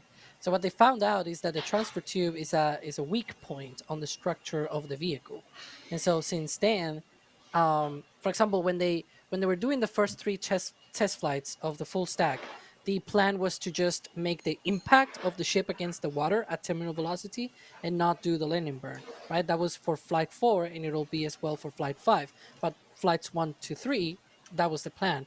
And in order to assure to the FAA and all of the environmental people and everything that it was going to be okay, like that the impact will essentially destroy the vehicle like that, You bet. they We don't need essentially any more of looked at these. how the impact will affect the the transfer tube, and they used this explosion um to study the explosion of the vehicle as it hits the water, because it will be if it will have been something like this if it had actually happened on flights 1 to 3, but unfortunately no ship went that far. Dude, that's still difficult to watch. Yeah. No, why? It's amazing. Do it again. Do it again. Just, Make it Oh, make it man. happen again, Kevin. By the way, I think it's funny that it says vehicle safing. Whoops. Trying. That poor Yikes. little fire hose is just doing everything it can, but no, it was not enough. Oh, it actually Yeah. happened much after this. Hold on, let me. There it is. I see it. Oh. It's So so what they're hard when trying you to have an do- 11-hour stream. Yeah. Yeah, a little tricky, huh? What they're trying All right, to well- trying to do there with that fire hose is just kind of cool everything off, right? I think there they're was a trying residual fire. There was. Yeah. Yep. Well, yeah, the residual fire made the thing hop again, Hot. guys. The residual fire made an even bigger fire. It really enjoyed flying, and it just wanted a little bit longer was very happy. airtime. Yeah, sometimes starships do that as a treat. It jumped When for they're joy. happy. Right. Yeah, when they're happy. Or hoppy. Oh, God. Oh, You God. said it. You said it. I did it! He did it! He did it! He said it! Someone clip that. Chris, Nobody clipped now that. this is the thing that Victory you is need to clip. ours! Yes! All right, we're way behind on support. So, Max, thanks for grabbing the Flight 5 patch. The nozzle, gifting a Red Team membership. Is the panel broken? Max, I mean, it's grab the possible. Flight 5 patch. Oh, no, I refreshed. It's working again. Ben Creasy Vision, thank you for the $10 super. They say, what do you think the chances are of an SM-10 style cook-off if the landing isn't 100% successful? I think there's a fair chance. What is the fire suppression like if it does? They have the entire water deluge system at the base of the OLM that they plan on not lighting, because that's the wrong word, but reactivating before, of course, the booster comes back in. So they'll have all that water flowing. Obviously, they have a fixed amount in the tanks that, of course, feed that. And also with the lack of propellant in the actual booster itself, depending where it comes down, if it's not on the chopsticks, the boom might not be that substantial. I could be way wrong on that, though. Who knows? Yeah, I mean, like we've been saying, the tanks are going to be mostly empty. Yep. So, fingers crossed, if something does go wrong after catch, that it's not the end of the world. Yep. Redhead becoming a Pad Rat member, gifting 5 Red Team memberships as well. Thank you, Redhead0001. Alfredo with a super chat there. They said the OLM is too shiny for my taste. To me, it needs to be charred and smoky. All right, that's fair.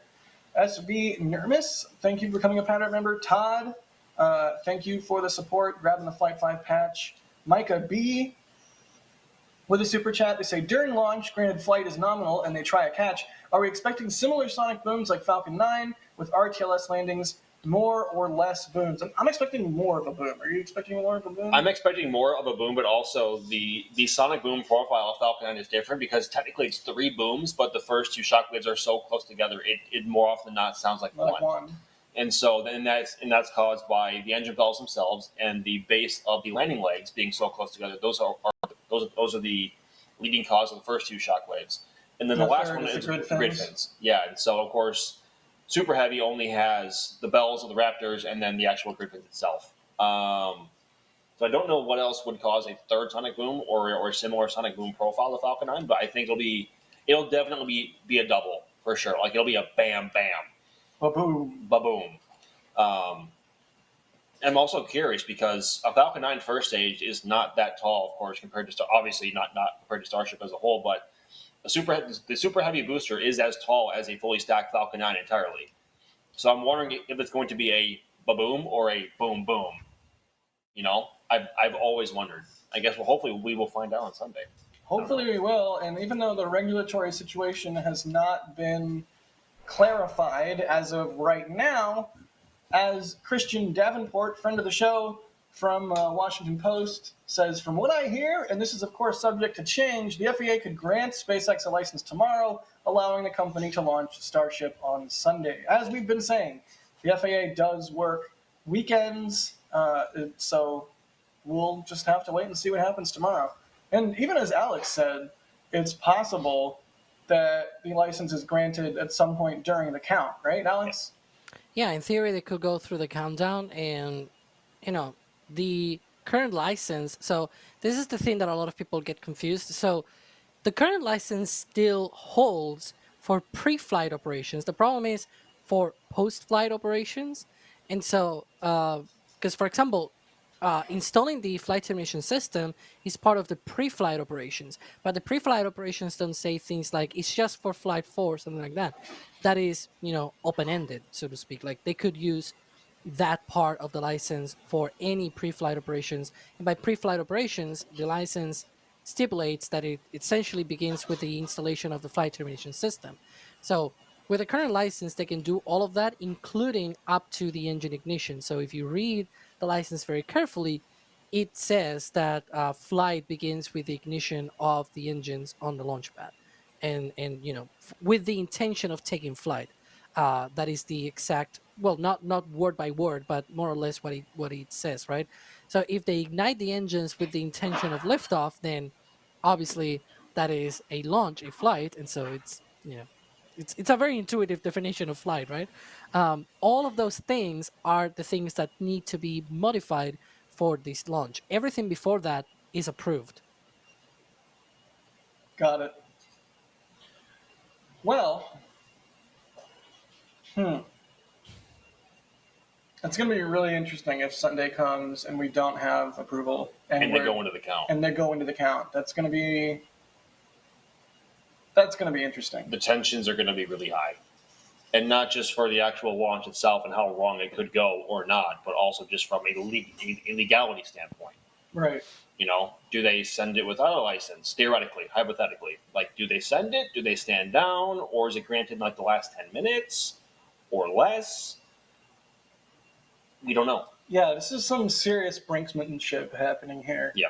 I think there is a world in which they send it without a license. I hope they don't do that. I hope not either, because that would be the consequences of that would be almost unspeakable. I do wonder though, what will be the consequences? Because we say that, but when they've done that with Falcon 9, all they got was just essentially a fine. So right, it could just be in theory, it could be a fine and a slap on the wrist, and then maybe like some sort of investigation. Yeah, I don't know. I would love to know from the FAA, like, hey, what are the penalties here? Having read some of the regulations. Sorry for jumping in. I know you were just about to ask EJ a question. How dare you? How dare you? Having read the regulations, it is actually criminal to launch without a license. So it might not just be a civil penalty, and I believe they can actually name individuals who were responsible for the flight in a criminal manner. So I hope SpaceX doesn't do that. And also, I'm seeing a lot in chat. Is our launch stream pending regulatory approval? If SpaceX looks like they're going, we're going too. So, hopefully they have a license. Yeah, fingers crossed. I should say though, I keep coming back to the Falcon 9 fines that they have had. We didn't see any criminal, prosecution, I guess, or whatever it's the actual term. All they got was a fine, right? I don't know if because the Starship is bigger, it means something else. I have no idea if that will actually prompt the FAA to actually, sue SpaceX or whatever. I don't know, but I feel like even if they actually were to launch without a license, I don't think they will get anything more than just a fine. And I'm not saying this because SpaceX gets better treatment or whatever. It's just that it's probably not in the best interest of the FAA to get into litigation with a commercial launch company, and they know that even just a fine, even though it might not break the bank at SpaceX, right? They probably will pay, like it's the drop in the bucket, right? It still is some sort of like, from a public perspective, being fined doesn't look good, right? So Right. I don't know. I don't know. EJ, do you think they might? There's a world in which there's a launch without a license. Absolutely not. What was No that? way. No. What was that? I'm sorry, I can't hear you. I don't know if you're screwing with me or not right now, to be honest with you.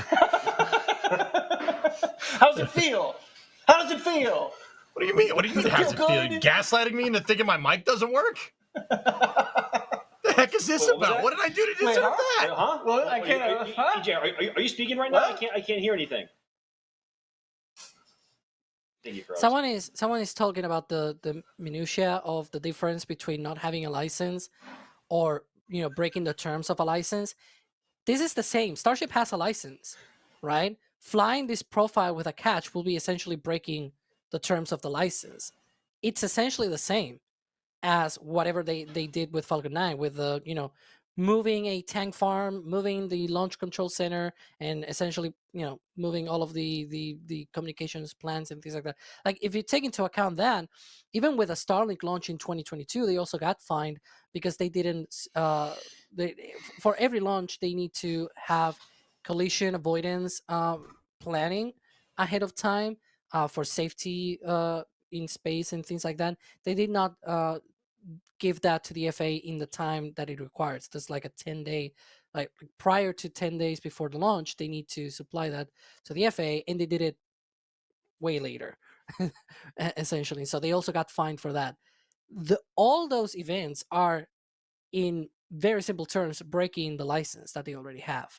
Starship flying a profile that is not on the current license is breaking the current license. That's why I'm saying that I don't think they will be shut down. They will probably just get a fine, because we've seen that already with Falcon 9. Yeah, that's true. That's a fair assessment. And we saw They it do 3 have times a at the license very to least. fly. So yeah, they do technically have a license to fly, just not in the way that they have been advertising Yeah. for Flight 5. Right. So that's a good point, Alex. And it's very easy to think, oh, they're going to be shut down or whatever. But again, 3 times they broke the license, they all got a fine. Like, that's all they got. I think it also might depend on what happens afterwards, because of course, if they are not given the license and they do opt to go for a catch for whatever reason, and it goes spectacularly wrong, Yeah. meaning the booster lands like way off course where it's not supposed to, like that would prompt a much more, I guess, stark response. And that is precisely one of the other things as well, which the license also covers. If you go to the current license, for example, at the last page is the financial responsibility requirements. So it doesn't include things about what will be the kind of money that they will have to have for claims of property that is broken or whatever. Like I'm seeing here, Space Exploration Technologies Corp shall maintain a policy or policies of liability insurance in accordance with blah blah blah blah blah. $48 million for covered claims resulting from pre-flight ground operations performed from SpaceX Boca Chica Launch Complex, Boca Chica, Texas. Like I'm literally reading off here. And then up to $500 million for covered claims resulting from the flight of the Starship Super Heavy launch vehicle from the SpaceX Boca Chica launch complex. So it's a lot of money on insurance, right? If something were to happen. I don't know how that will change. I'm really interested in how that will change whenever we have the updated license, if it actually comes in time for that launch. Yeah, like if they have to have more coverage. Yeah. I mean, interesting. That's $500 million. 500. Yeah, that's 500 million. Whew. Guys, I'll be honest. I don't even know why we're having this conversation. It's very clear that the FAA and SpaceX are working with each other because Adrian's response from the FAA yesterday, where the FAA changed their tune from net November to all Right. SpaceX has to complete all license modifications. It's very clear that there's some intermediary going on here, and that they're working with each other. Like, despite what everybody wants to think, I know everybody's like, "Oh, SpaceX, FAA, fight!"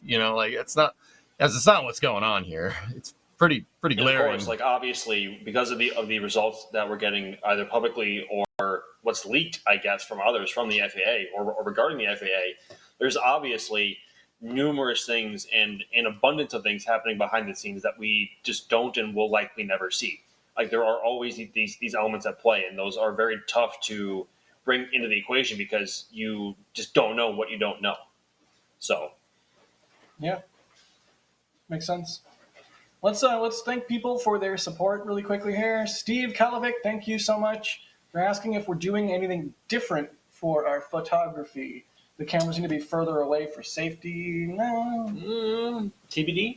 TBD. TBD.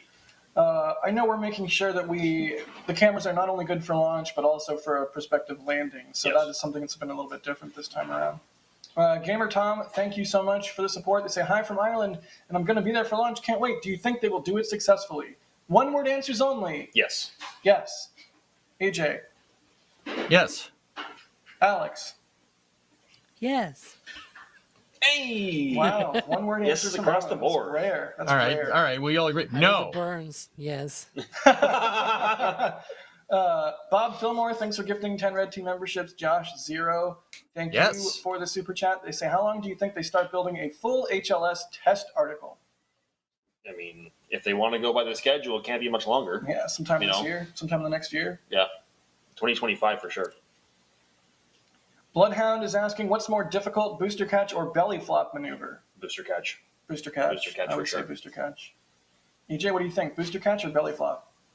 I'm sorry. You guys going back and forth and agreeing with each other is cracking me up. Booster catch. Yes. Booster catch. Yes. Booster catch. Yeah, booster catch. Right next. Yeah, booster catch. Oh yeah. Booster catch. Yeah. Absolutely. I think. Oh my God. Is it really I just think, that rare for us to actually agree on things? I mean, Yes. Plus, we No. look similar.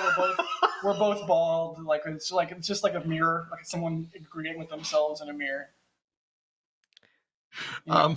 I should have shaved my beard. Probably a can little look bit at so each that we other were- so that we looked more. on your heads. Yeah. Yeah, what those for those who don't know, Jack and I actually have telekinesis also. Uh-huh. So Like the Hang cone on. heads. Wait. Think something really hard. did you get it? I can't say that on stream. Why not? I can't say that on stream, dude. Jason Alexander, thanks for becoming a Red Team member. Norath, thank you for becoming a Red Team member. Telstar86, they say, how about an S26 emoji? Best ship. Kevin. Maybe. Hiichi, thank you for the super chat. They say, how much would the fine be? We were just talking about that a little bit. We don't know. Ben B, thank you for the super chat. They say, the butcher shop I work for made Flight 5 bacon. Jack and D, we got to hook y'all up. No way. What does Flight 5 bacon entail? Like, what makes the bacon Flight 5? Burnt? I don't know if I want burnt bacon. I had enough. Like the I had booster. enough burnt bacon when You have D to and I eat it did with the chopsticks. bacon stream. You have to eat the bacon with chopsticks. Hi, D. Hi. D Barnes Bacon. Maddox, thank you for grabbing the Flight 5 t-shirt from the store. They said going towards booster seat for Jack Fund. Thank you. Thanks for that.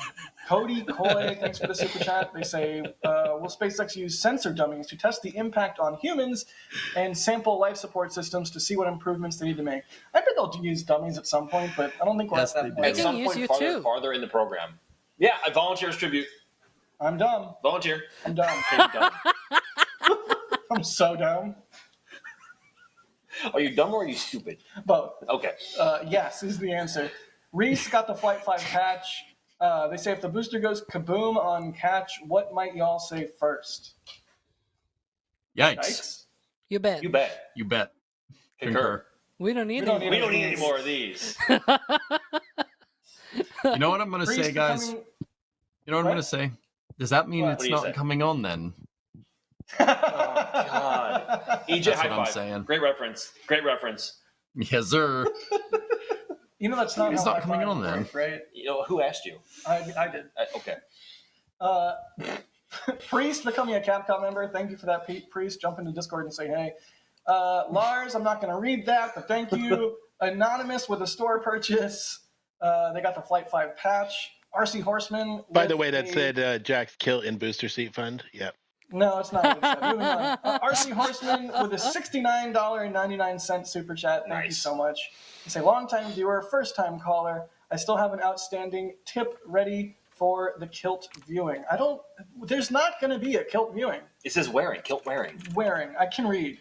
Telstar86, thank you again for the super chat. The other one that you did. Denny with the store purchase, getting the Flight 5 patch, thanking us for the coverage. Paladin Phil, speaker of tales, drove from Ontario to Boca Chica and back this summer. That's insane. Whoa. Okay, that's a drive. Unless they mean British Columbia. And still a drive, but Yeah. BC is Boca Chica. That's how you. Danny grabbing the Flight 5 patch and a hoodie. They say catch this. Let's see. Scott Herod, thank you for the money there. Jerwa, thank you for the $50 again. Holy cow. They say, sorry, Jack, that photo has made me team kill. Buddy! Converted. I've been betrayed. Kilt stuff is getting dumber and dumber. Hashtag no kilt club. Says GMG3 Sorrel Ergonus. I agree. Can we put the joke to rest? Bideford with a $50 super chat. Thank you, Bideford. They say, well, here's a question inquiring minds have. Jack, is Max your mini-me? I think, if anything, I'm the mini-Max. I mean, I'm smaller. Well, but you're older. Yeah. All right, you're the mini. So I'm your son. You're my son. I'm your son. I love you, son. I hate you, Dad. I hate the fact that I'm even older than Max for whatever reason, even though he looks older than me. What are you saying? You said you look old. I do look old. You don't look old. I do look old. You don't look old. I do. You don't look old. I didn't It's say okay. he looks old. I said that he looks older than me, which is different. Oh God, we're getting the music. All right. No, Adrian, thank you for Oh the my super God. chat. Eric, thank you for the super chat. Science Bob, Devin Waldron, Jim Cavett, Aramil, Elvis, Echo Deal, Telstar 86, Bideford, Duke, Event Dudes, Bob Smith,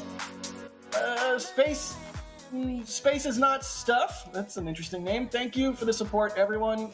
Jonathan, thank you for the store purchase. They get the Flight 5 patch. Aramil again. And Bob Smith again, and Steve Kalovic again. We're not going to argue about who's the better photographer. No. We all know it's Max. It's obviously Jack. Jack's a veteran. No, only Yep. you. No, only you. Only you. Only you. Only you. Only you. You complete me.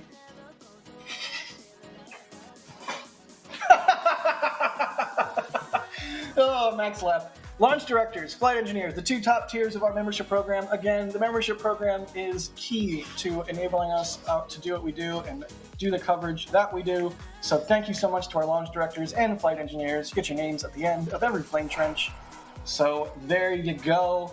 Also, don't forget we have the new Christmas stuff and the old Christmas stuff also in the store. And we also have blankies and beanies and Sweaters. the Flight 5 patch still exists. You can see it hiding there in the left-hand side of the screen. And all right, I'm done. Okay. I'm done. EJ, thanks for being on. Thank you. You know, I just want to say this. Chat said this, but you two guys remind me right now of the two Muppets that are on the upper balcony in the theater. That always. Just saying, it's not wrong. But anyway. Thank you for having me, guys. I do appreciate it. It's a privilege being on here, and thank you very much. I stream on Twitch if you want to come talk to me about stuff. Hear my wild and crazy theories about Starship that are probably wrong, but whatever. Throw our hat into the ring. It's fine. But yeah, thank you for having me. I do appreciate it. Of course. I'm sorry you got like 2 words in the entire this show, but dude, I was getting my popcorn. Up. You know, it's funny. Alex, thank you also for being on, I guess. I guess, yes. I mean, You gonna do him like that, man? Dang. Whatever. What are you two laughing about? You? Why? All right. Because I burned you. Kevin Michael Reed running the show. Thank you, Kevin, for doing what you do, except for that stupid picture you showed on stream. Show it again. Show it again. No. Yeah. Everybody needs to see that. No. It's fine. Everybody follow Max on Twitter. Max takes great photography. You got a shot of the Aurora the other day, didn't you? You did last So night. who's Jack and who's Max? Well, it wasn't stacked yet. Who's Jack Yeah. and who's Max in this view? I'm Max. I'm a big dumb stupid head. I'm Jack. I'm a big dumb idiot. All right. We'll see you nerds on the next one.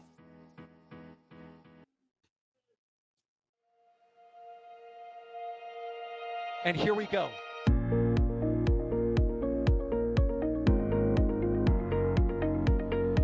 We have liftoff. Propulsion continues to be normal. R68 chamber pressure looks good. Following up. Roger, roll, Atlantic. Water towers, fly!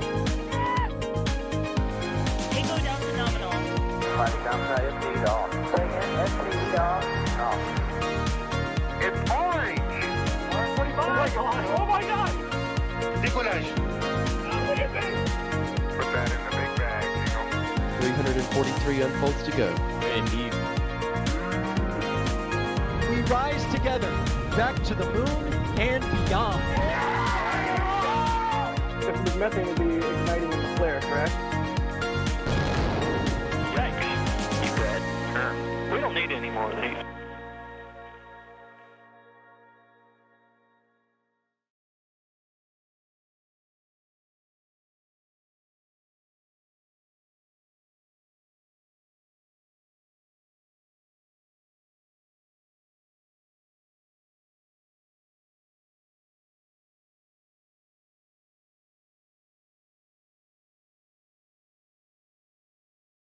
All time. Yep. EJ, what's We so are funny? clear. What's so funny, It was guy? a show. You A guys are still show. finishing each other's sentences. It's too much, man. Like, how It's do- too much. I was cracking up the whole time. Like, how do you even begin to process that show after just watching? Just chaos. Laughing hysterically, man. You and I have to be together on camera more often. Well, Starbase probably. update. Starbase update. Starbase update. Oh god, we gotta do Starbase update on Sunday. I need to finish. Can we- Well, it's already finished. I need to actually review it. The third quarter article, because I'm writing that still. Then there's a document that I'm also writing. Okay. I have on it yet. Well, I need to actually finish it. Um, Then there's the help me figure out what I should bring wiring wise. I can try. what is it again? Oh yeah, Alright, there's a video that I need to Yeah, record as well. So there's a What the Jack and I have hell? to go do camera stuff. We have a We have to new go do stuff. feature on YouTube. It called What's the new Rubies. feature? Anybody know what the hell this is? No idea. I can't show this screen. But on the end screen, Yes. Well, God, your hair feels weird. I just burped. hi. hold on. It doesn't smell good. D, you stole all their hair. D stole our hair. What the heck? You will have to see I don't know. Jack with blonde hair. I really want to see him with blonde I hair. want to see Jack with blonde hair too. The photos exist. Really? Yeah. Yeah. What is a ruby? It shows instead What's of the new members on the end screen. That's weird. Maybe it's a typo and it's meant to say Rubes total. Well, there's two. No, three. We didn't get any, whatever they are. All right. Max and I are gonna go do Flight 5 prep stuff. Bye. Thanks, Yeah, Jack I also and need Max. to. Love you guys. I also Say need bye, to D. get ready. Bye, D.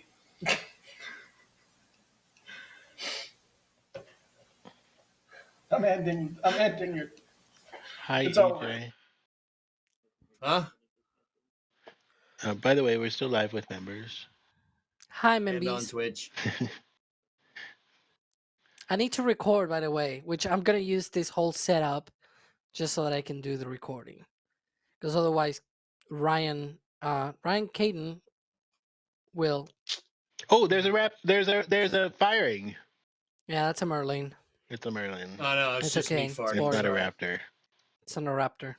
Not a raptor. That's the thrust you can trust sometimes. There's If your the altimeter is thrust you working. can trust. If your altimeter is working, yes. Sometimes you can't trust it. Exactly. If your altimeter is working, and if your log sense line is also working, and if you don't have a fuel leak on your second stage, then it's fine. You can trust it. If you have those, though, good luck.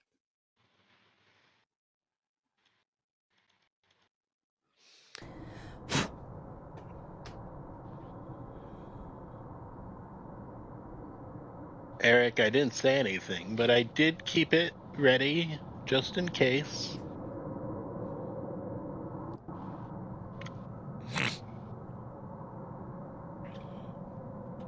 I think that's an MVAC, right? I don't know. Yeah. You will have to ask someone who understands McGregor Live. Look at the tankage it's attached to, Alex. The tank volume attached to that test stand is concurrent with second stage volume. That's definitely a vacuum. Oh, it's Merlin sea level. You sure? I thought the Merlin sea level was on another stand. Is this a different camera view or something? Oh, I'm saying Merlin back. Yeah, I'm being told it is a sea level Merlin. It is sea level? Yeah, okay. Yeah, well, I mean, it was a short duration. That was a short burn, too. Interesting.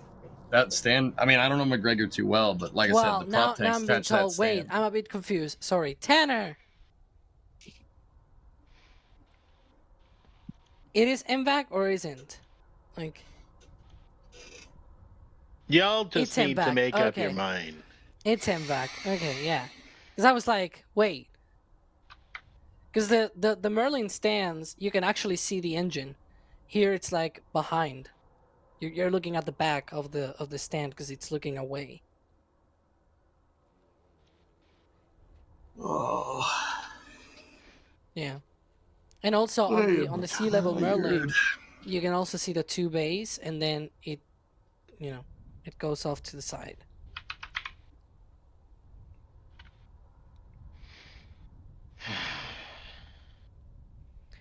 Joke's on you, Astro Knucklehead. I actually have a spreadsheet. I just don't update the spreadsheet because there's a ton of tests. But it's easy when, we log all of the tests, so it's very easy to have a spreadsheet of that. You just download it from the website, and boom, you have it. Yeah, over in I don't have chat, to did we go over? manually introduce the data, which is good. They already there's another team of people that already does that for me. Alex has a team. We've actually figured out a way to clone Alex, so his team is just more of him. Please, no more of Alex. Why? You say that, but if there was even like a second Alex, oh my god. Oh, we've actually figured out a way to share that, unless that's public. We figured out a way to clone you. Yeah. I believe it is. That's the nerd data. That's the one that Tanner. I think that's public. Not easy to find, but public. Which is different. Yeah. Over in my chat, Astrolova, are you guys photographers? Do you guys know where that's from? Did anybody get that reference? Alien, what do you mean by can you speak Mexican? What is Mexican? What is Mexican in the first place?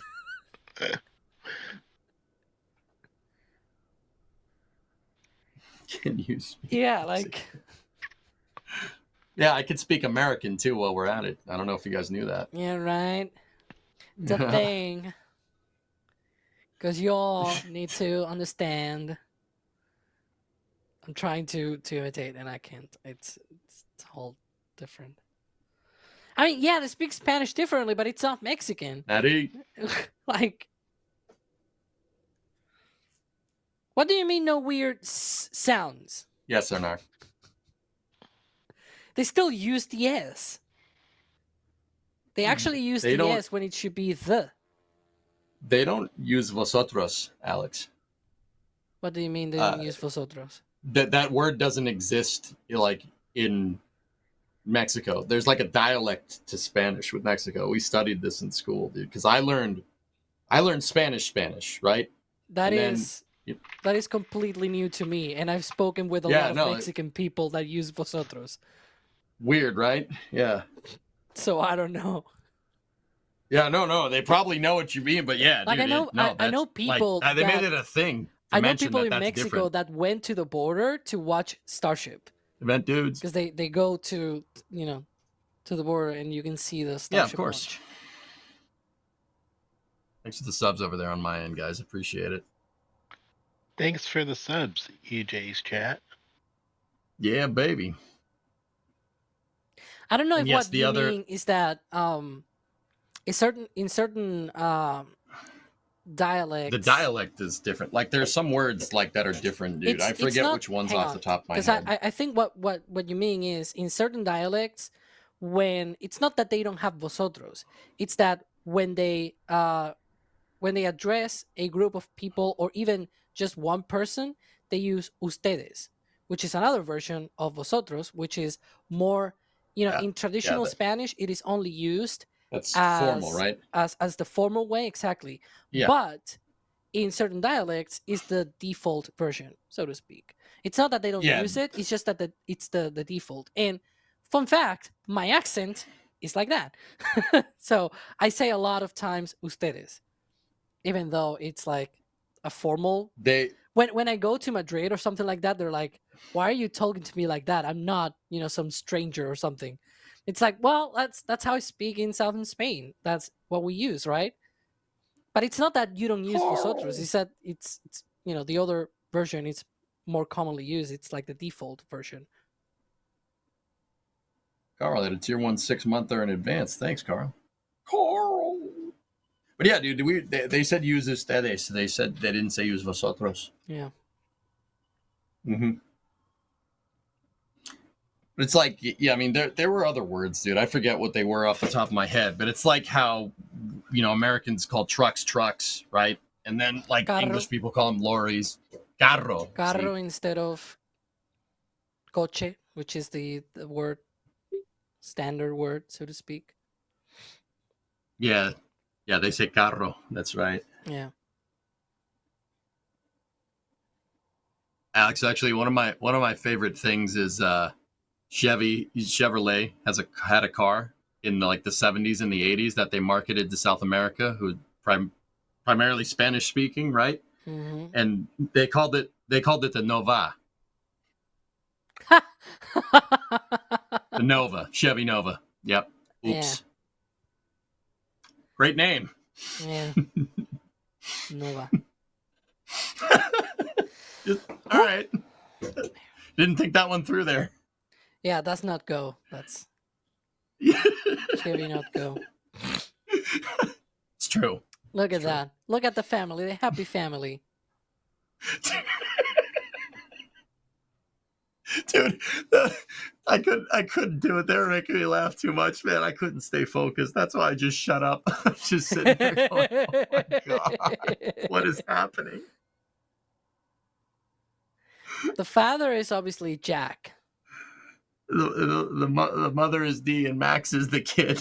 Exactly. Even though he's like 2 years younger than Max. It's so funny. It's so funny, dude. I think Max is like 25, I think, and D is 23, Oh and my I'm God. 27. Like, how, why? This is unfair. Look at how happy Max looks. I'm sorry, that makes me laugh, dude. EJ is the funny uncle. That's right. Oh my goodness.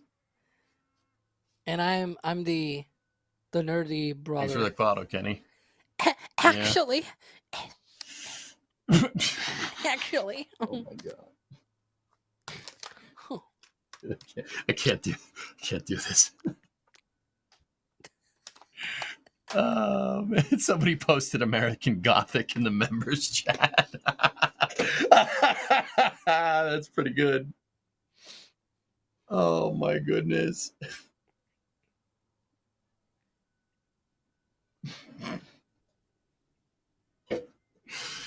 Oh dear.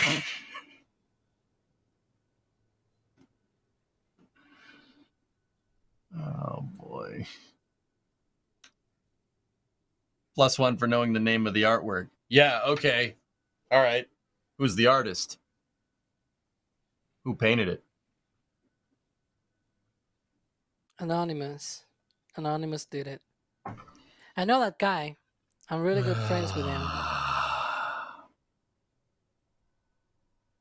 Da Vinci painted American Gothic. Okay. Okay. Okay. All right. We're there now, huh? Okay.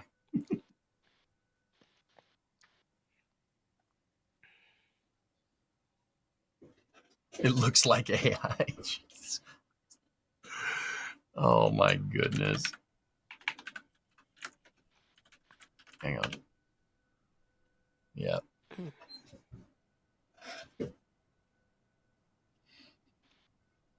What did you guys say? Yeah, Grant Wood. There you go. Yeah, I actually forgot his name. I had to look it up too, but it was on the tip of my tongue. Wasn't it a Banksy? Jeez. Aaron Copland is a great composer. He's my favorite contemporary, well, second favorite contemporary classical composer behind John Williams.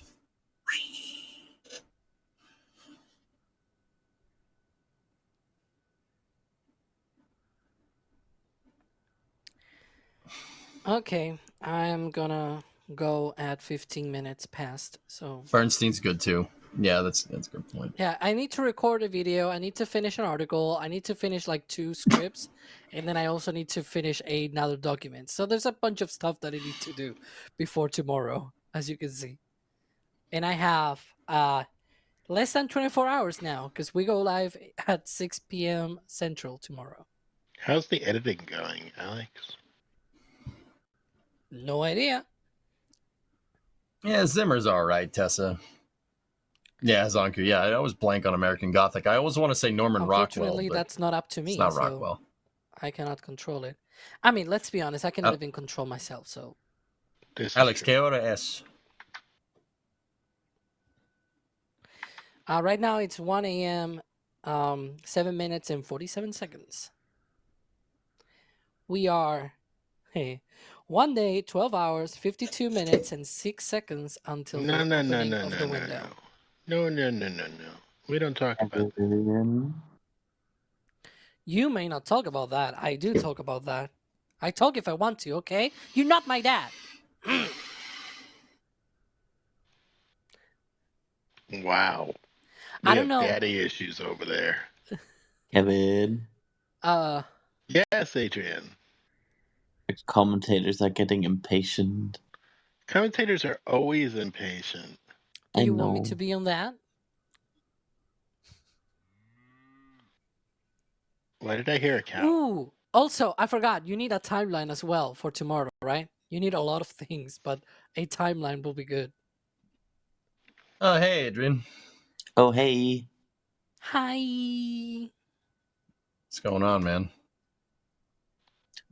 Sitting in a hotel in Spire for Space Creator Day. Oh, wunderbar. Yes. Eric Berger is also expecting a Starship license tomorrow. What is O sucks? I don't know. Who? Is that some kind of football reference or something? Oh, is it OU? OU sucks? I don't know. OU. What? What's OU? Oregon University or something? I don't know. Where did you see this? What? I'm confused. On the tweeters. Tweet. Is it bad? And I mean this in no derogatory way, but every time I see Eric Berger, I think of the Hamburglar. I I mean that in no derogatory way, Eric. If you ever see this, I'm Oklahoma not trying to be a University? dick. I'm just like, Maybe.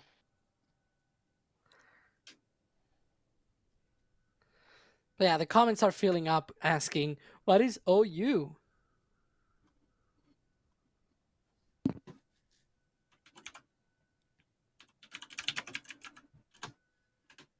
By the way, Membies, Jack didn't say this, but there is a deadline for Christmas delivery on these. I believe it's the 11th. Is that correct, Adrian?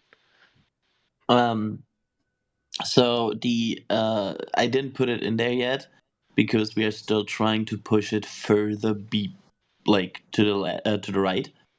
But yeah. it's somewhere in the middle of November. Yes. Yeah, I was gonna say that's not here. So the situation is that shipping is a bit different in EU versus non-EU, and right now I'm trying to align that a bit, but depends a bit on the company.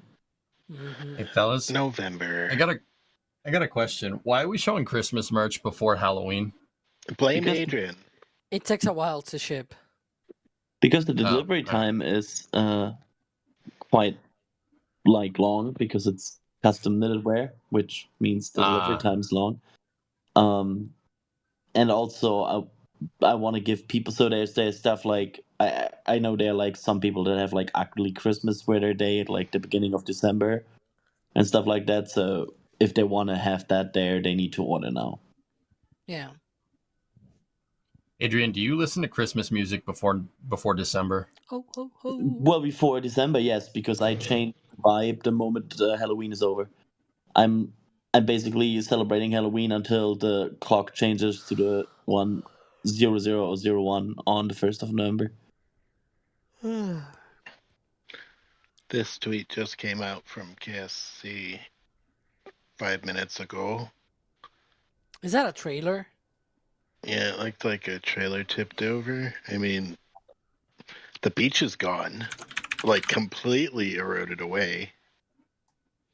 But that was already there. No, I mean there was still beach. Like you could walk on it, or I don't know if you'd be able to sunbathe on government property, but this is a bit of a mess. This is that big building, right? EJ?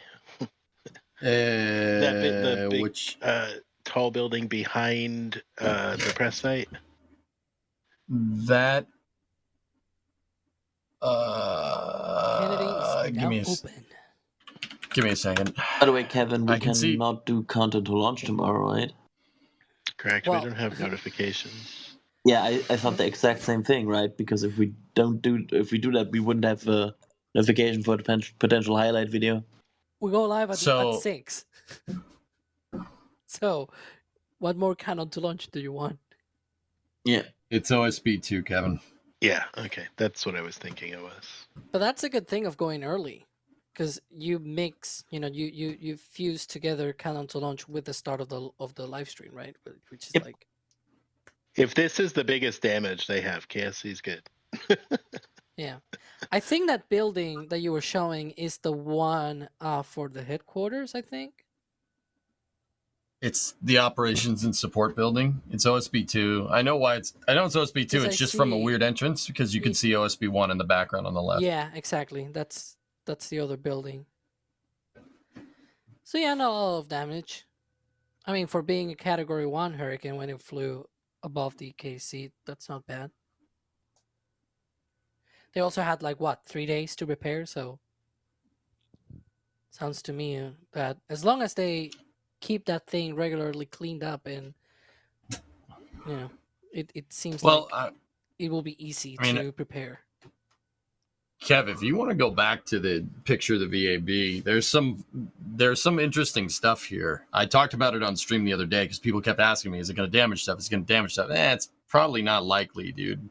But if you look at the VAB, so in between the flag and the NASA logo, right, you have that gray, and then you have white, and then you have that green, greenish, right? Those are the windows.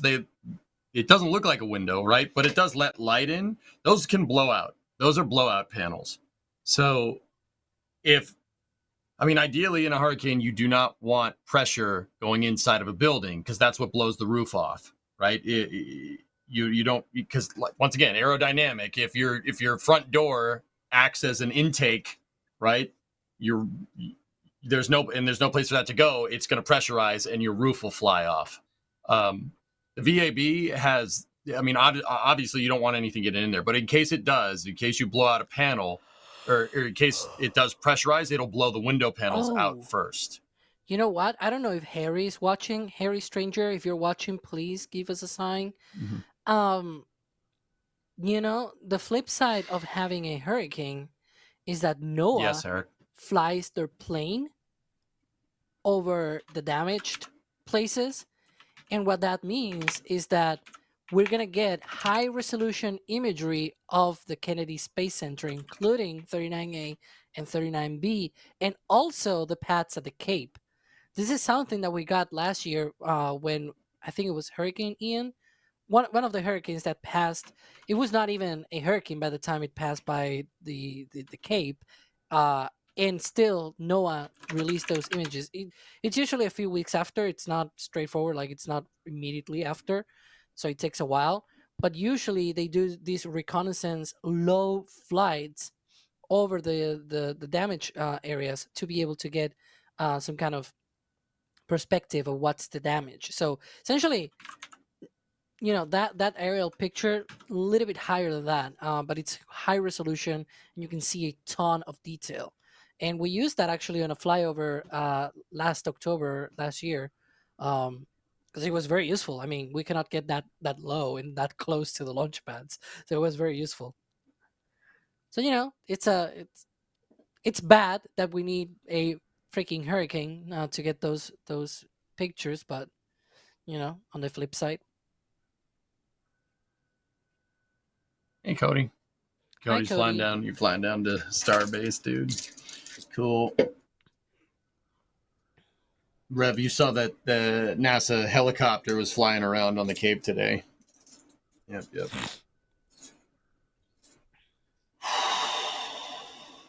Yeah, Cody is going to Starbase. He said that yesterday. He did. I was there. Yeah. And I watched it. All right. And then I commentated because Cody had to leave. That is how that went down. Yeah. No lies detected. Yeah.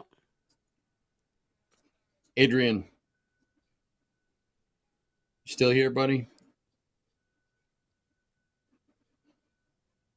Who? Nah, he's gone. Trying to stay awake, nobody, yes. Hi. Oh, hey, Adrian. How? Give it to me straight. Based off of the conversation we had before, how much sleep do I need to get tonight? You're on that slot that I gave you. Okay. So you're doing 5.5 hours.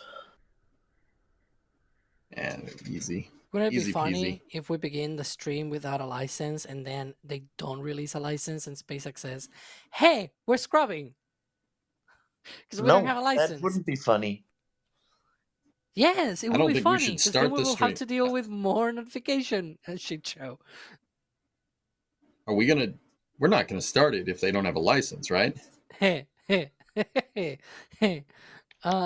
can get a license up to like 10 minutes before and still go. Yeah. The FAA ain't gonna give them a license on a Sunday, man. Why not? Saturday, maybe. Planes don't stop flying on a Sunday just because the FAA closes or whatever. They don't close. When's the last time they gave a license on a Sunday? Yeah, why not? I got my driver's license on a Sunday. What? So? So what? I don't know. I'm just giving an example of a government. It's Spanish, but I don't care. I mean, we're more lazy, right? We have siestas and everything. We are partying with vino and cerveza and all of that. So yeah, sure. And flamenco, we do ole. have some special guests, Kanan. But they're special guests and they're secrets until they True, show up. Alvaro. True. At least the FA does have a better way, way better, like miles better. And yeah, All right. I think I need to protect everybody's time. No, I'm yeah. not being a leaker, alien. Absolutely not. And I think we're going to end this member's stream. I don't know what EJ's doing, EJ's chat. That's up to EJ. Kanan, I said your name right. EJ should get some sleep. EJ has 5 more hours of streaming to do. Oh my God. 5 more hours? Cannot believe that. Yeah. I'm only had seven hours in on the stream. That's nothing. It's easy peasy. All right. So I'm going to run the intro and call it a day. We will see you hopefully tomorrow on All right. the On the stakeout. actual countdown to launch. Yeah. Because it's The going to be a real countdown. countdown. It's the intro or the outro. It's both. We don't have to. Bye. Yeah. Bye. And here we go.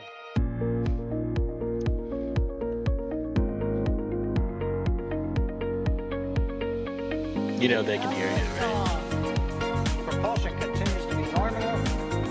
R68 chamber pressure looks good. Traveling up. Roger, roll, Atlantis. Water towers, fly! Yes! Echo down to nominal. Flight downside FD off. Bring in FD off. It's orange! Orange 45! Oh my god! Oh my god! Decollage. Look at this! Put that in the big bag, Eagle. 343 unfolds to go. Indeed. We rise together back to the moon and beyond. This methane would be igniting in the flare, correct? Yikes. You dead? Sure. We don't need any more of these.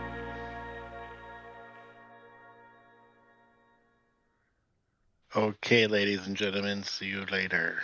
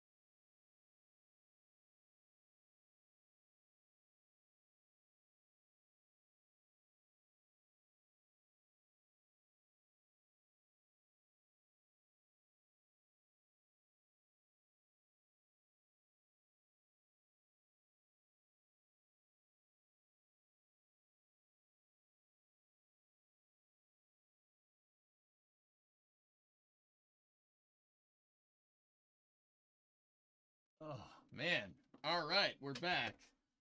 Dude, it took I was like super worried because I was annoyed with Halo Reach, guys. Like the game was pissing me off because I kept dying, right? And I was getting a little salty, right? And I was like, oh no, I'm gonna be so angry during this flame trench. And then Max and Jack were just talking the whole time, so I'm good.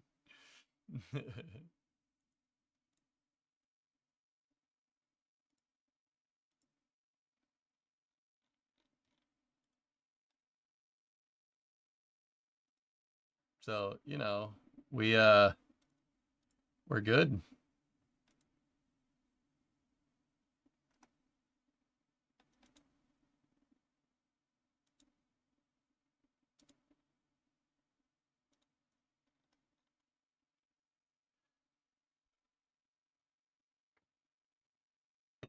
Is this the after show? Well, Carl, I don't know if you came in from watching Flame Trench or anything on NSF. I play games. I play games and do spaceflight commentary. But yeah, Carl, thank you for that sub. And then Maddie and I think Level in there too. Or Event Dudes, there you go. Thank you. Thank you for all the subs. Just a quick search, turned up ABL Space Systems, got a license. November 13th, 2022, Sunday at 8:22 Eastern. Interesting. Yeah, thanks, Astro Levels. You a photographer? No one got it. No one got it. No one got it. Nobody got it. I wanted to, oh man, it's a shame. It's still funny though. They found it funny. Yep. Caught you channeling from NSF today. Thanks, Carl. Right on, man. I appreciate it. Yeah. So what I was doing before Flame Trench is playing Halo Reach. I'm doing a playthrough on Halo Reach because I like Halo games and I haven't played them in a little while. And I'm using it to gather reference for a Satisfactory build that I'm doing. Really? It was perfect timing. Yeah, it was good stuff. So we have a little bit of time until racing, believe it or not. Yeah. We could do the responsible thing and practice racing. You know, that would be the responsible thing to do. Or we could play Halo Reach. I've not commented on this stream before, but I did like your show on the Flame Trench tonight. Thanks, Damians. Right on. I appreciate it. You could play more Halo Reach. Do either one. Practice. Shoot more guns. Yeah. Yeah. Or open a cold one. I could do that. But since when was I responsible? All right. We'll get part 3.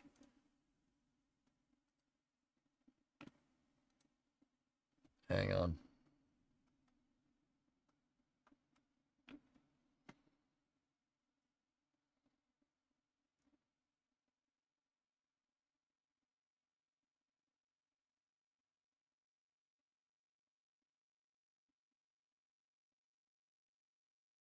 Dude, Europa Clipper is scheduled for noontime on Sunday. Oh my goodness.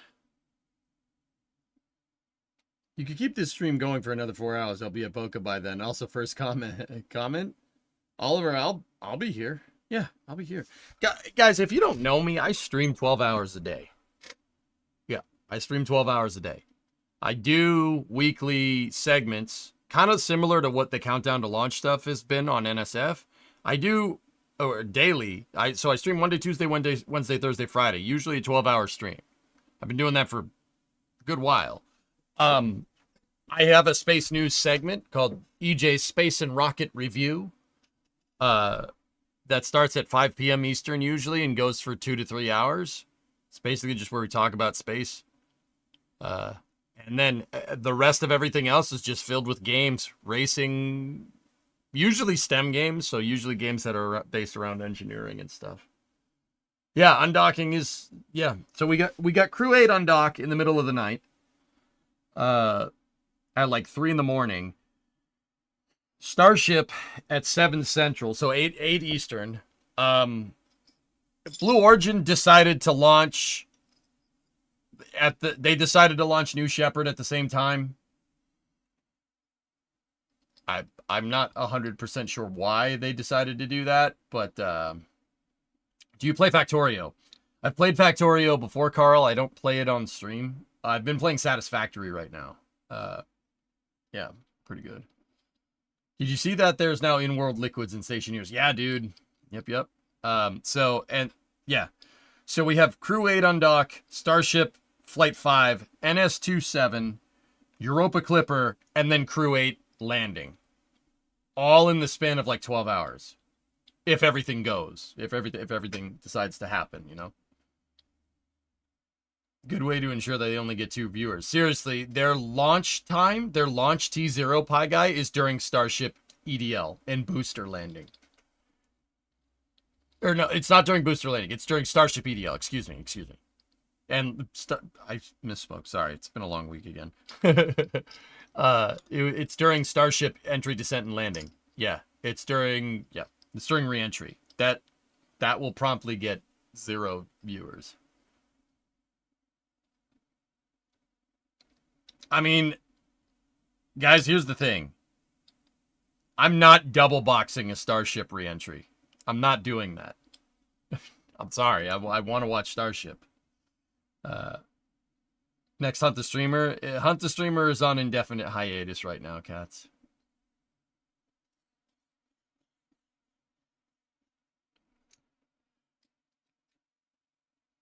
Oh, jeez. Yeah, I love New Shepard. I think New Shepard's cool. Like, I like blue. I don't have a B4 shirt on for no reason. But Starship re-entry.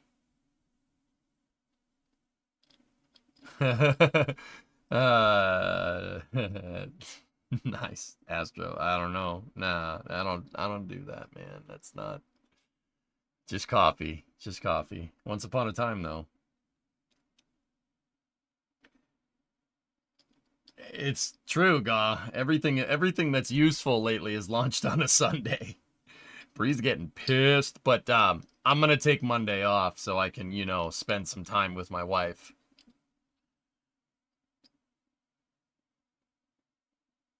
Have New Shepard on a monitor in the bathroom.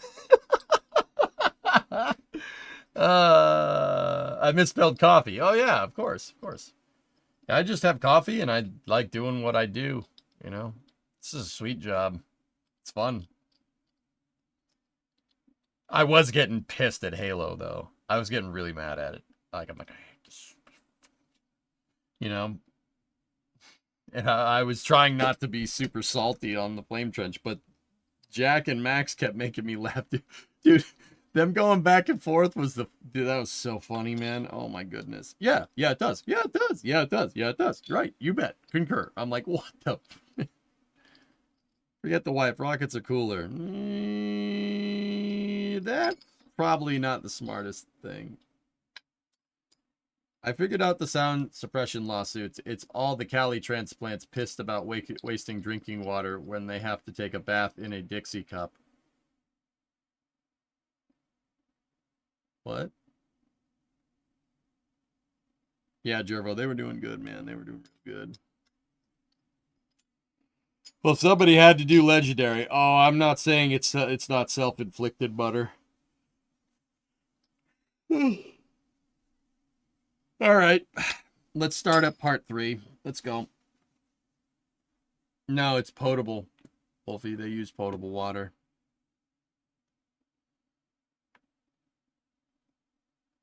Dude, Jack, the commentary is just so bad, dude.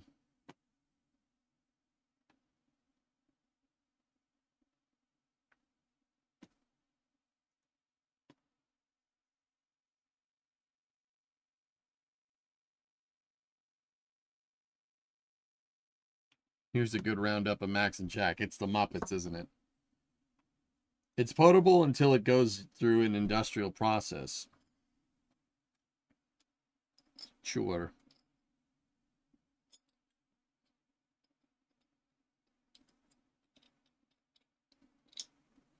Are they brothers? They seem like it. I don't know, man.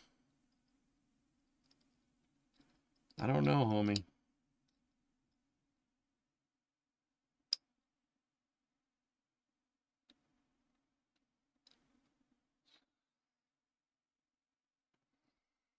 Dude.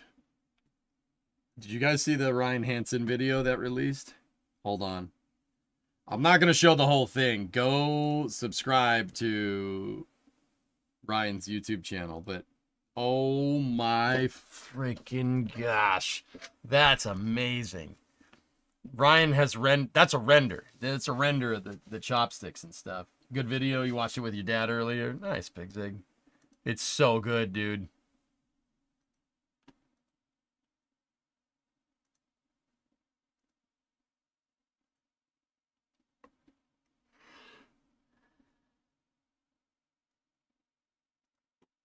Link? Yeah, there you go.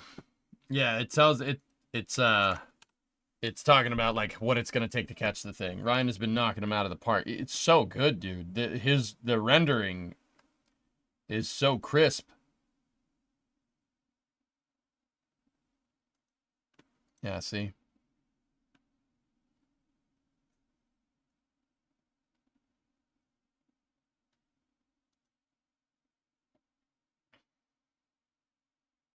If you're yawning, log early, long weekend ahead. Yeah, dude, that's a render. That's pretty good, man. That's pretty good. As an X3D artist, that's pretty friggin' good, dude. Pretty good.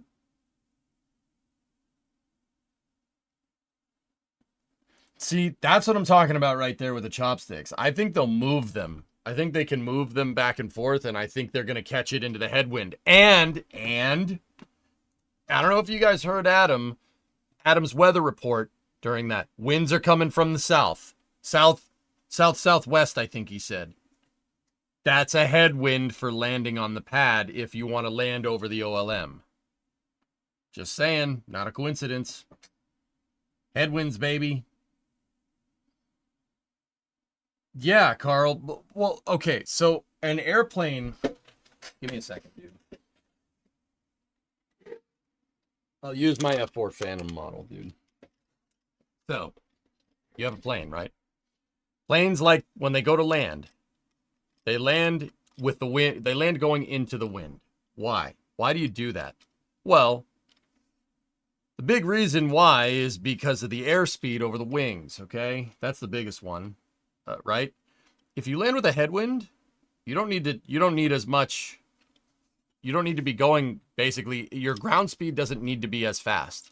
So why? Why is that? Well, you got to think about the relationship between ground speed and airspeed on an aircraft, all right? An aircraft is moving over the ground, right? But that's not moving over the ground isn't what's making it fly. The air moving over the wings, physically the air going over the wings, its airspeed, right, is what generates lift. That's what makes it fly. So when a plane is coming in for a landing, right, you want to go into a headwind because if you're going into the wind, your airspeed can be lower, or your airspeed will stay the same while your ground speed is lower, right? So you can come to a nice smooth landing, right? That's why airports have multiple runways. That's why airports have runways pointed in different directions to take into account whatever direction the wind is going, right? Now, I personally think that they're going to do that. That matters with Super Heavy. Now, why does it matter with Super Heavy? Well, the opposite of a headwind is a tailwind, all right? Tailwind is going to blow the plane around, right? Because you have to land at a faster speed, and you're landing at a higher speed. So your airspeed is enough to generate lift, right? But your ground speed is way higher, right? And a good gust of wind could blow the tail of the plane out from behind you and cause all kinds of problems, right? I don't think that's that much of a deal with Super Heavy. It's crosswinds that I'm wondering about. So when you have a plane that's landing with a crosswind, you have to have a yaw component. So I'm sure you've seen a plane come in landing like this, right? And then, they touch a wheel down, and then it turns straight to the runway, right? I personally think that's how SpaceX is getting their sub-centimeter precision. I think that's what's going on. Because at the end of the day, when you go to land a rocket, right, it's like balancing this plane on the end of my fingertip. It's very unstable. Rockets are extremely unstable when they can no longer rely on aerodynamics to keep them stable. So you see this with Falcon 9 all the time. When a Falcon 9 comes down, it kind of moves around a little bit. It sketches around once before it lands on the drone ship if it's windy, right? The reason why is because it has no control authority. The only control authority that you get is the RCS on board. So Super Heavy has that, right? It has that, sure. But when Super Heavy is coming in, here, hold up. When Super Heavy is coming in, I personally think going into the headwind, right, is going to help negate out some of that lack of aerodynamic control. They'll use the momentum of the booster, right, and then basically the booster will probably do something like this. Right at the last second, it'll correct, and then it'll come right down and slip in. I think they're going to use the headwind to their advantage. One, in this particular case, to aerodynamically slow down the booster, obviously. If the booster can fly at a greater angle of attack, it's going to generate more lift. Even though it's not going to be a lot. But they do have the chines on the bottom, which will generate lift. They will generate a lot of lift. More lift than you think. Right? There's those little kind of nacelles that are on the bottom of the Super Heavy. This is an older model, right? So, in that final couple of seconds, right, the booster will straighten out, and they'll have the headwind. They'll have the headwind to keep it aerodynamically stable, and then they'll get onto the catch pit. Or I could just drop it and almost break it. Sure. So I think they're going to land into a headwind to help keep Super Heavy stable, because once again, trying to land this thing straight down is going to cause all kinds of balancing problems, right?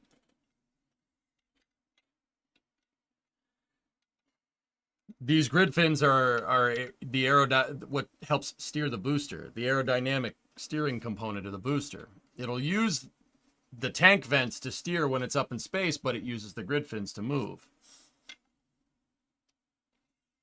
So I think they're going to land into a headwind, and if they do that, I don't think it's on purpose that SpaceX has two pads that are pointed in two different directions. Like, one of the pads, so the coastline is on the east, right? Because it's Boca Chica, because it's the Gulf Coast, right? In Texas. So you have the coastline basically goes north-south, right? One of the pads is facing northeast, pad 1, and the other one, the second one, pad 2, is facing southeast. I don't think that's a coincidence. I think that they're going to... That gives them a 180-degree azimuth to receive boosters, right? And that 180-degree azimuth should be good enough to prevent any crosswinds. You might come in with a little bit of a tailwind at times, but, you know, once again, I could be pulling this completely out of my tail. I probably am. Like, I don't think it matters too much, but it could.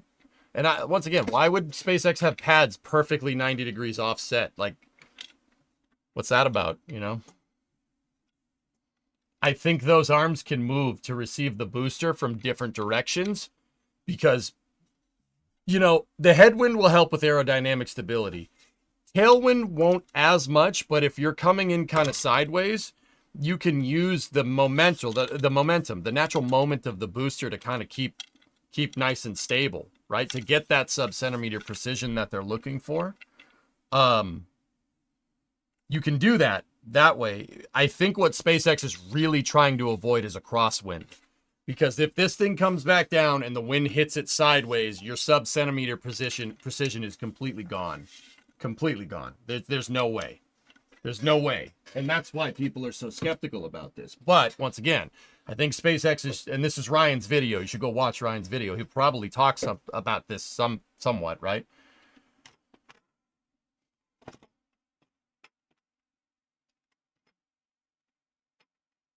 I think the pad rotation is more of a packaging issue. Yeah, that's what Alex said too. It's possible. So the go-no-go has to be called during the boost back burn. Dude, this is something that they didn't talk about, and it drove me up the wall, man. I ain't trying to throw them under the bus because it was funny what they were doing, but oh my goodness. Like, look, you know, it's not just about Raptor health. What if you lose a Raptor on the way up? Your trajectory is going to be different. It's not just a health check for Raptors. It's a health check for the entire trajectory of the flight. Because if you have too many engines go out, your trajectory, you're going to have to, the booster's going to have to compensate by lofting the trajectory, which means it's burning, it has a radial out component during ascent. Very similar to what we saw Vulcan do the other day. And if there's a radial out component, you are not burning fuel as efficiently as you're not burning fuel as efficiently as you expect. Hello? Oh. Is it Titan time? It's time, and look, he brought you something this time. brought me the ball. He brought you the ball. He's very excited about the ball. I figured.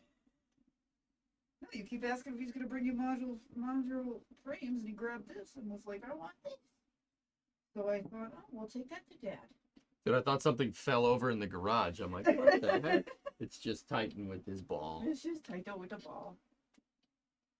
He doesn't have modular frames. He has ball, but he won't give me the ball. No. You want to know that for a little bit? He hasn't spent time in here for a while, and it's up to you. If I'm gonna do racing, probably not, Okay. because then I can't keep an eye on him because I'll have the VR headset on. Oh, all right. I didn't think about that. Next week, though, if he wants to come up here and hang with me, if we give him his ball, I'm sure he'll be fine. Like what's going on right now. Because, yeah, I have another trip coming up, so we gotta get him. Mm-hmm. Also, I think he stepped in the grease, some of the grease that I had in the shop. He stained my damn carpet. Oh no, See not that, the right? carpet that you can pull up and replace. See this right here? He stained the carpet. I've been trying to keep it clean. Yep, that's pretty much Titan to a T, Aqualix. He loves his ball. Like this dog, I've never seen a dog that loves ball as much as this guy. But Paul. But I love Paul, dude, just going to town on it. Going to town on it. That's what he does. All done? All done with it? You want to take it outside? We can take it outside. He likes football too. Yeah, Right. Jackal, he likes football. You tried to eat your, like, NFL football. Yeah, he did. He tried to eat it. Tried to eat a football.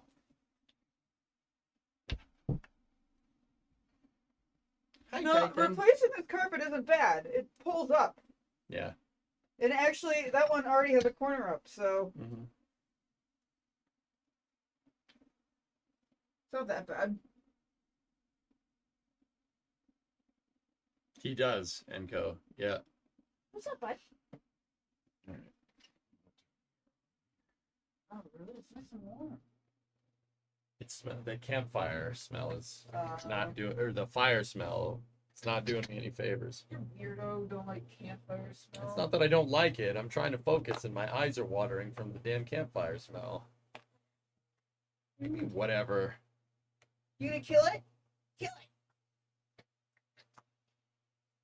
It's dead. Make sure it's dead. Chat says hi. Hi, chat. Look. Look, Taito's killing the ball.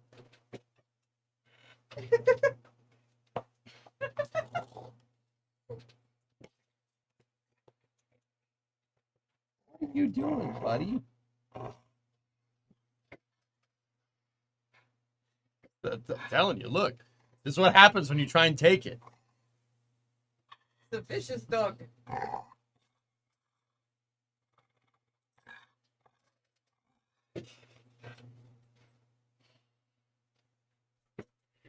All right. Ooh, I gotta mute for a second, dudes. I'll be right back.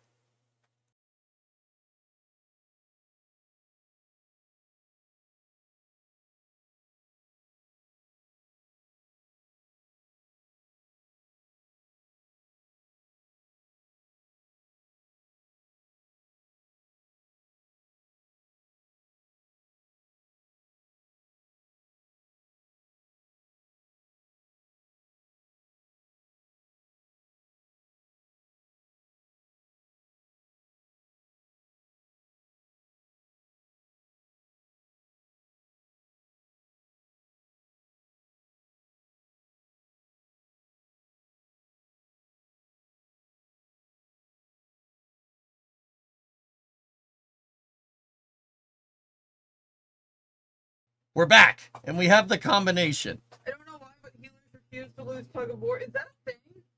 Because this dog, like, does not want to give you his ball.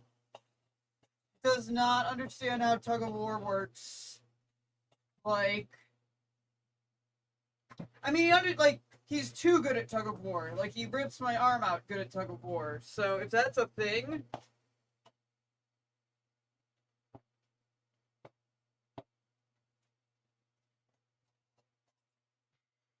He's still just going to town on this thing. I just love how he uses his hands.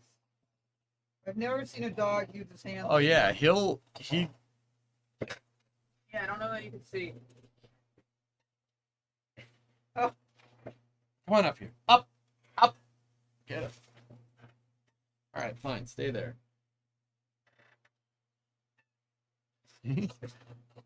See, this dog is very articulate.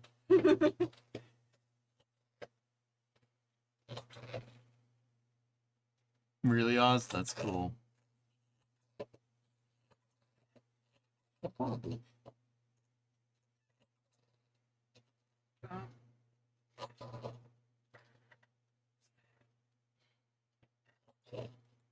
Yeah, is a good boy. Zanku, when he has a smaller ball, we have smaller ones. When he has it, he'll walk up next to you. Like if I'm sitting on the couch, he'll come up next to me with the ball in his mouth. He'll drop it and then he'll put his hand on it and then he'll look at me and go, "Try and take it."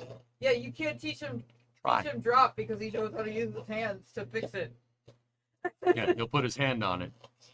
He's like, "Look, see that? See that? My hand's on it. What are you gonna do about it?" It's really funny actually. And then I just swipe it real quick and he's like, "How'd you do that?"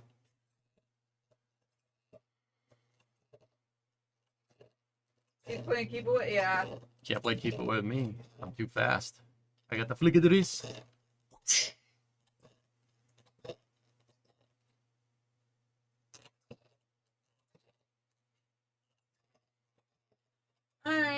All right, baby. I love you. Love you too. Thank you for the food. All right, come on, buddy. No, get the ball. Bring the ball. I know I have food, but you have a ball.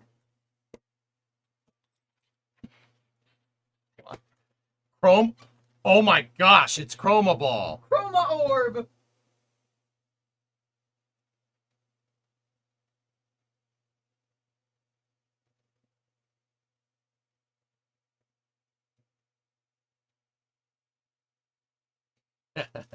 Up. Up. I'm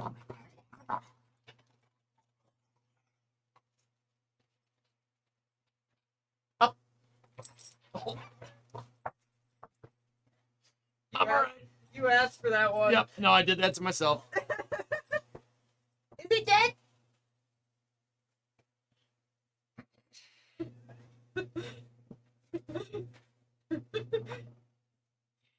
He got the ball, chat. Don't you worry.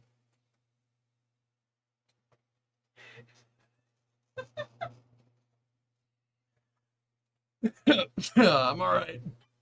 Wrong ball. All right. I love you, babe. I love you. I'll see you a little bit later tonight, okay? All right. Hey, don't forget it. Hey, don't forget it, bud. You're gonna leave it here, and then you're gonna be sad because I'm not gonna remember that it's in here. Get it. Hey, don't get it. Come on. Get it. There you go.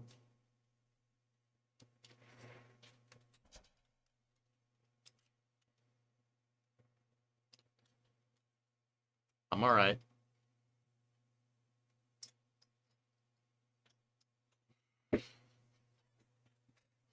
I'm all right. Anyway, yeah, there's some stuff about Super Heavy I thought you guys might find cool. All right, we got about 2 hours still racing. Let's get to it.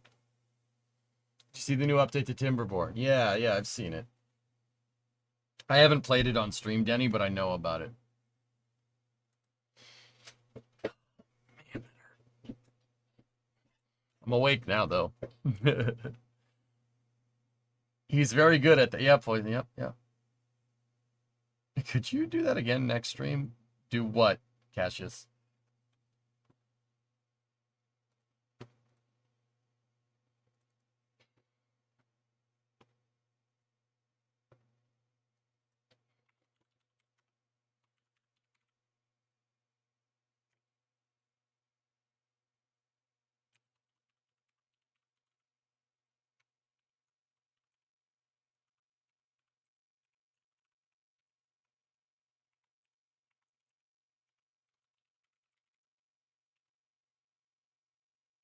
This would be part 3.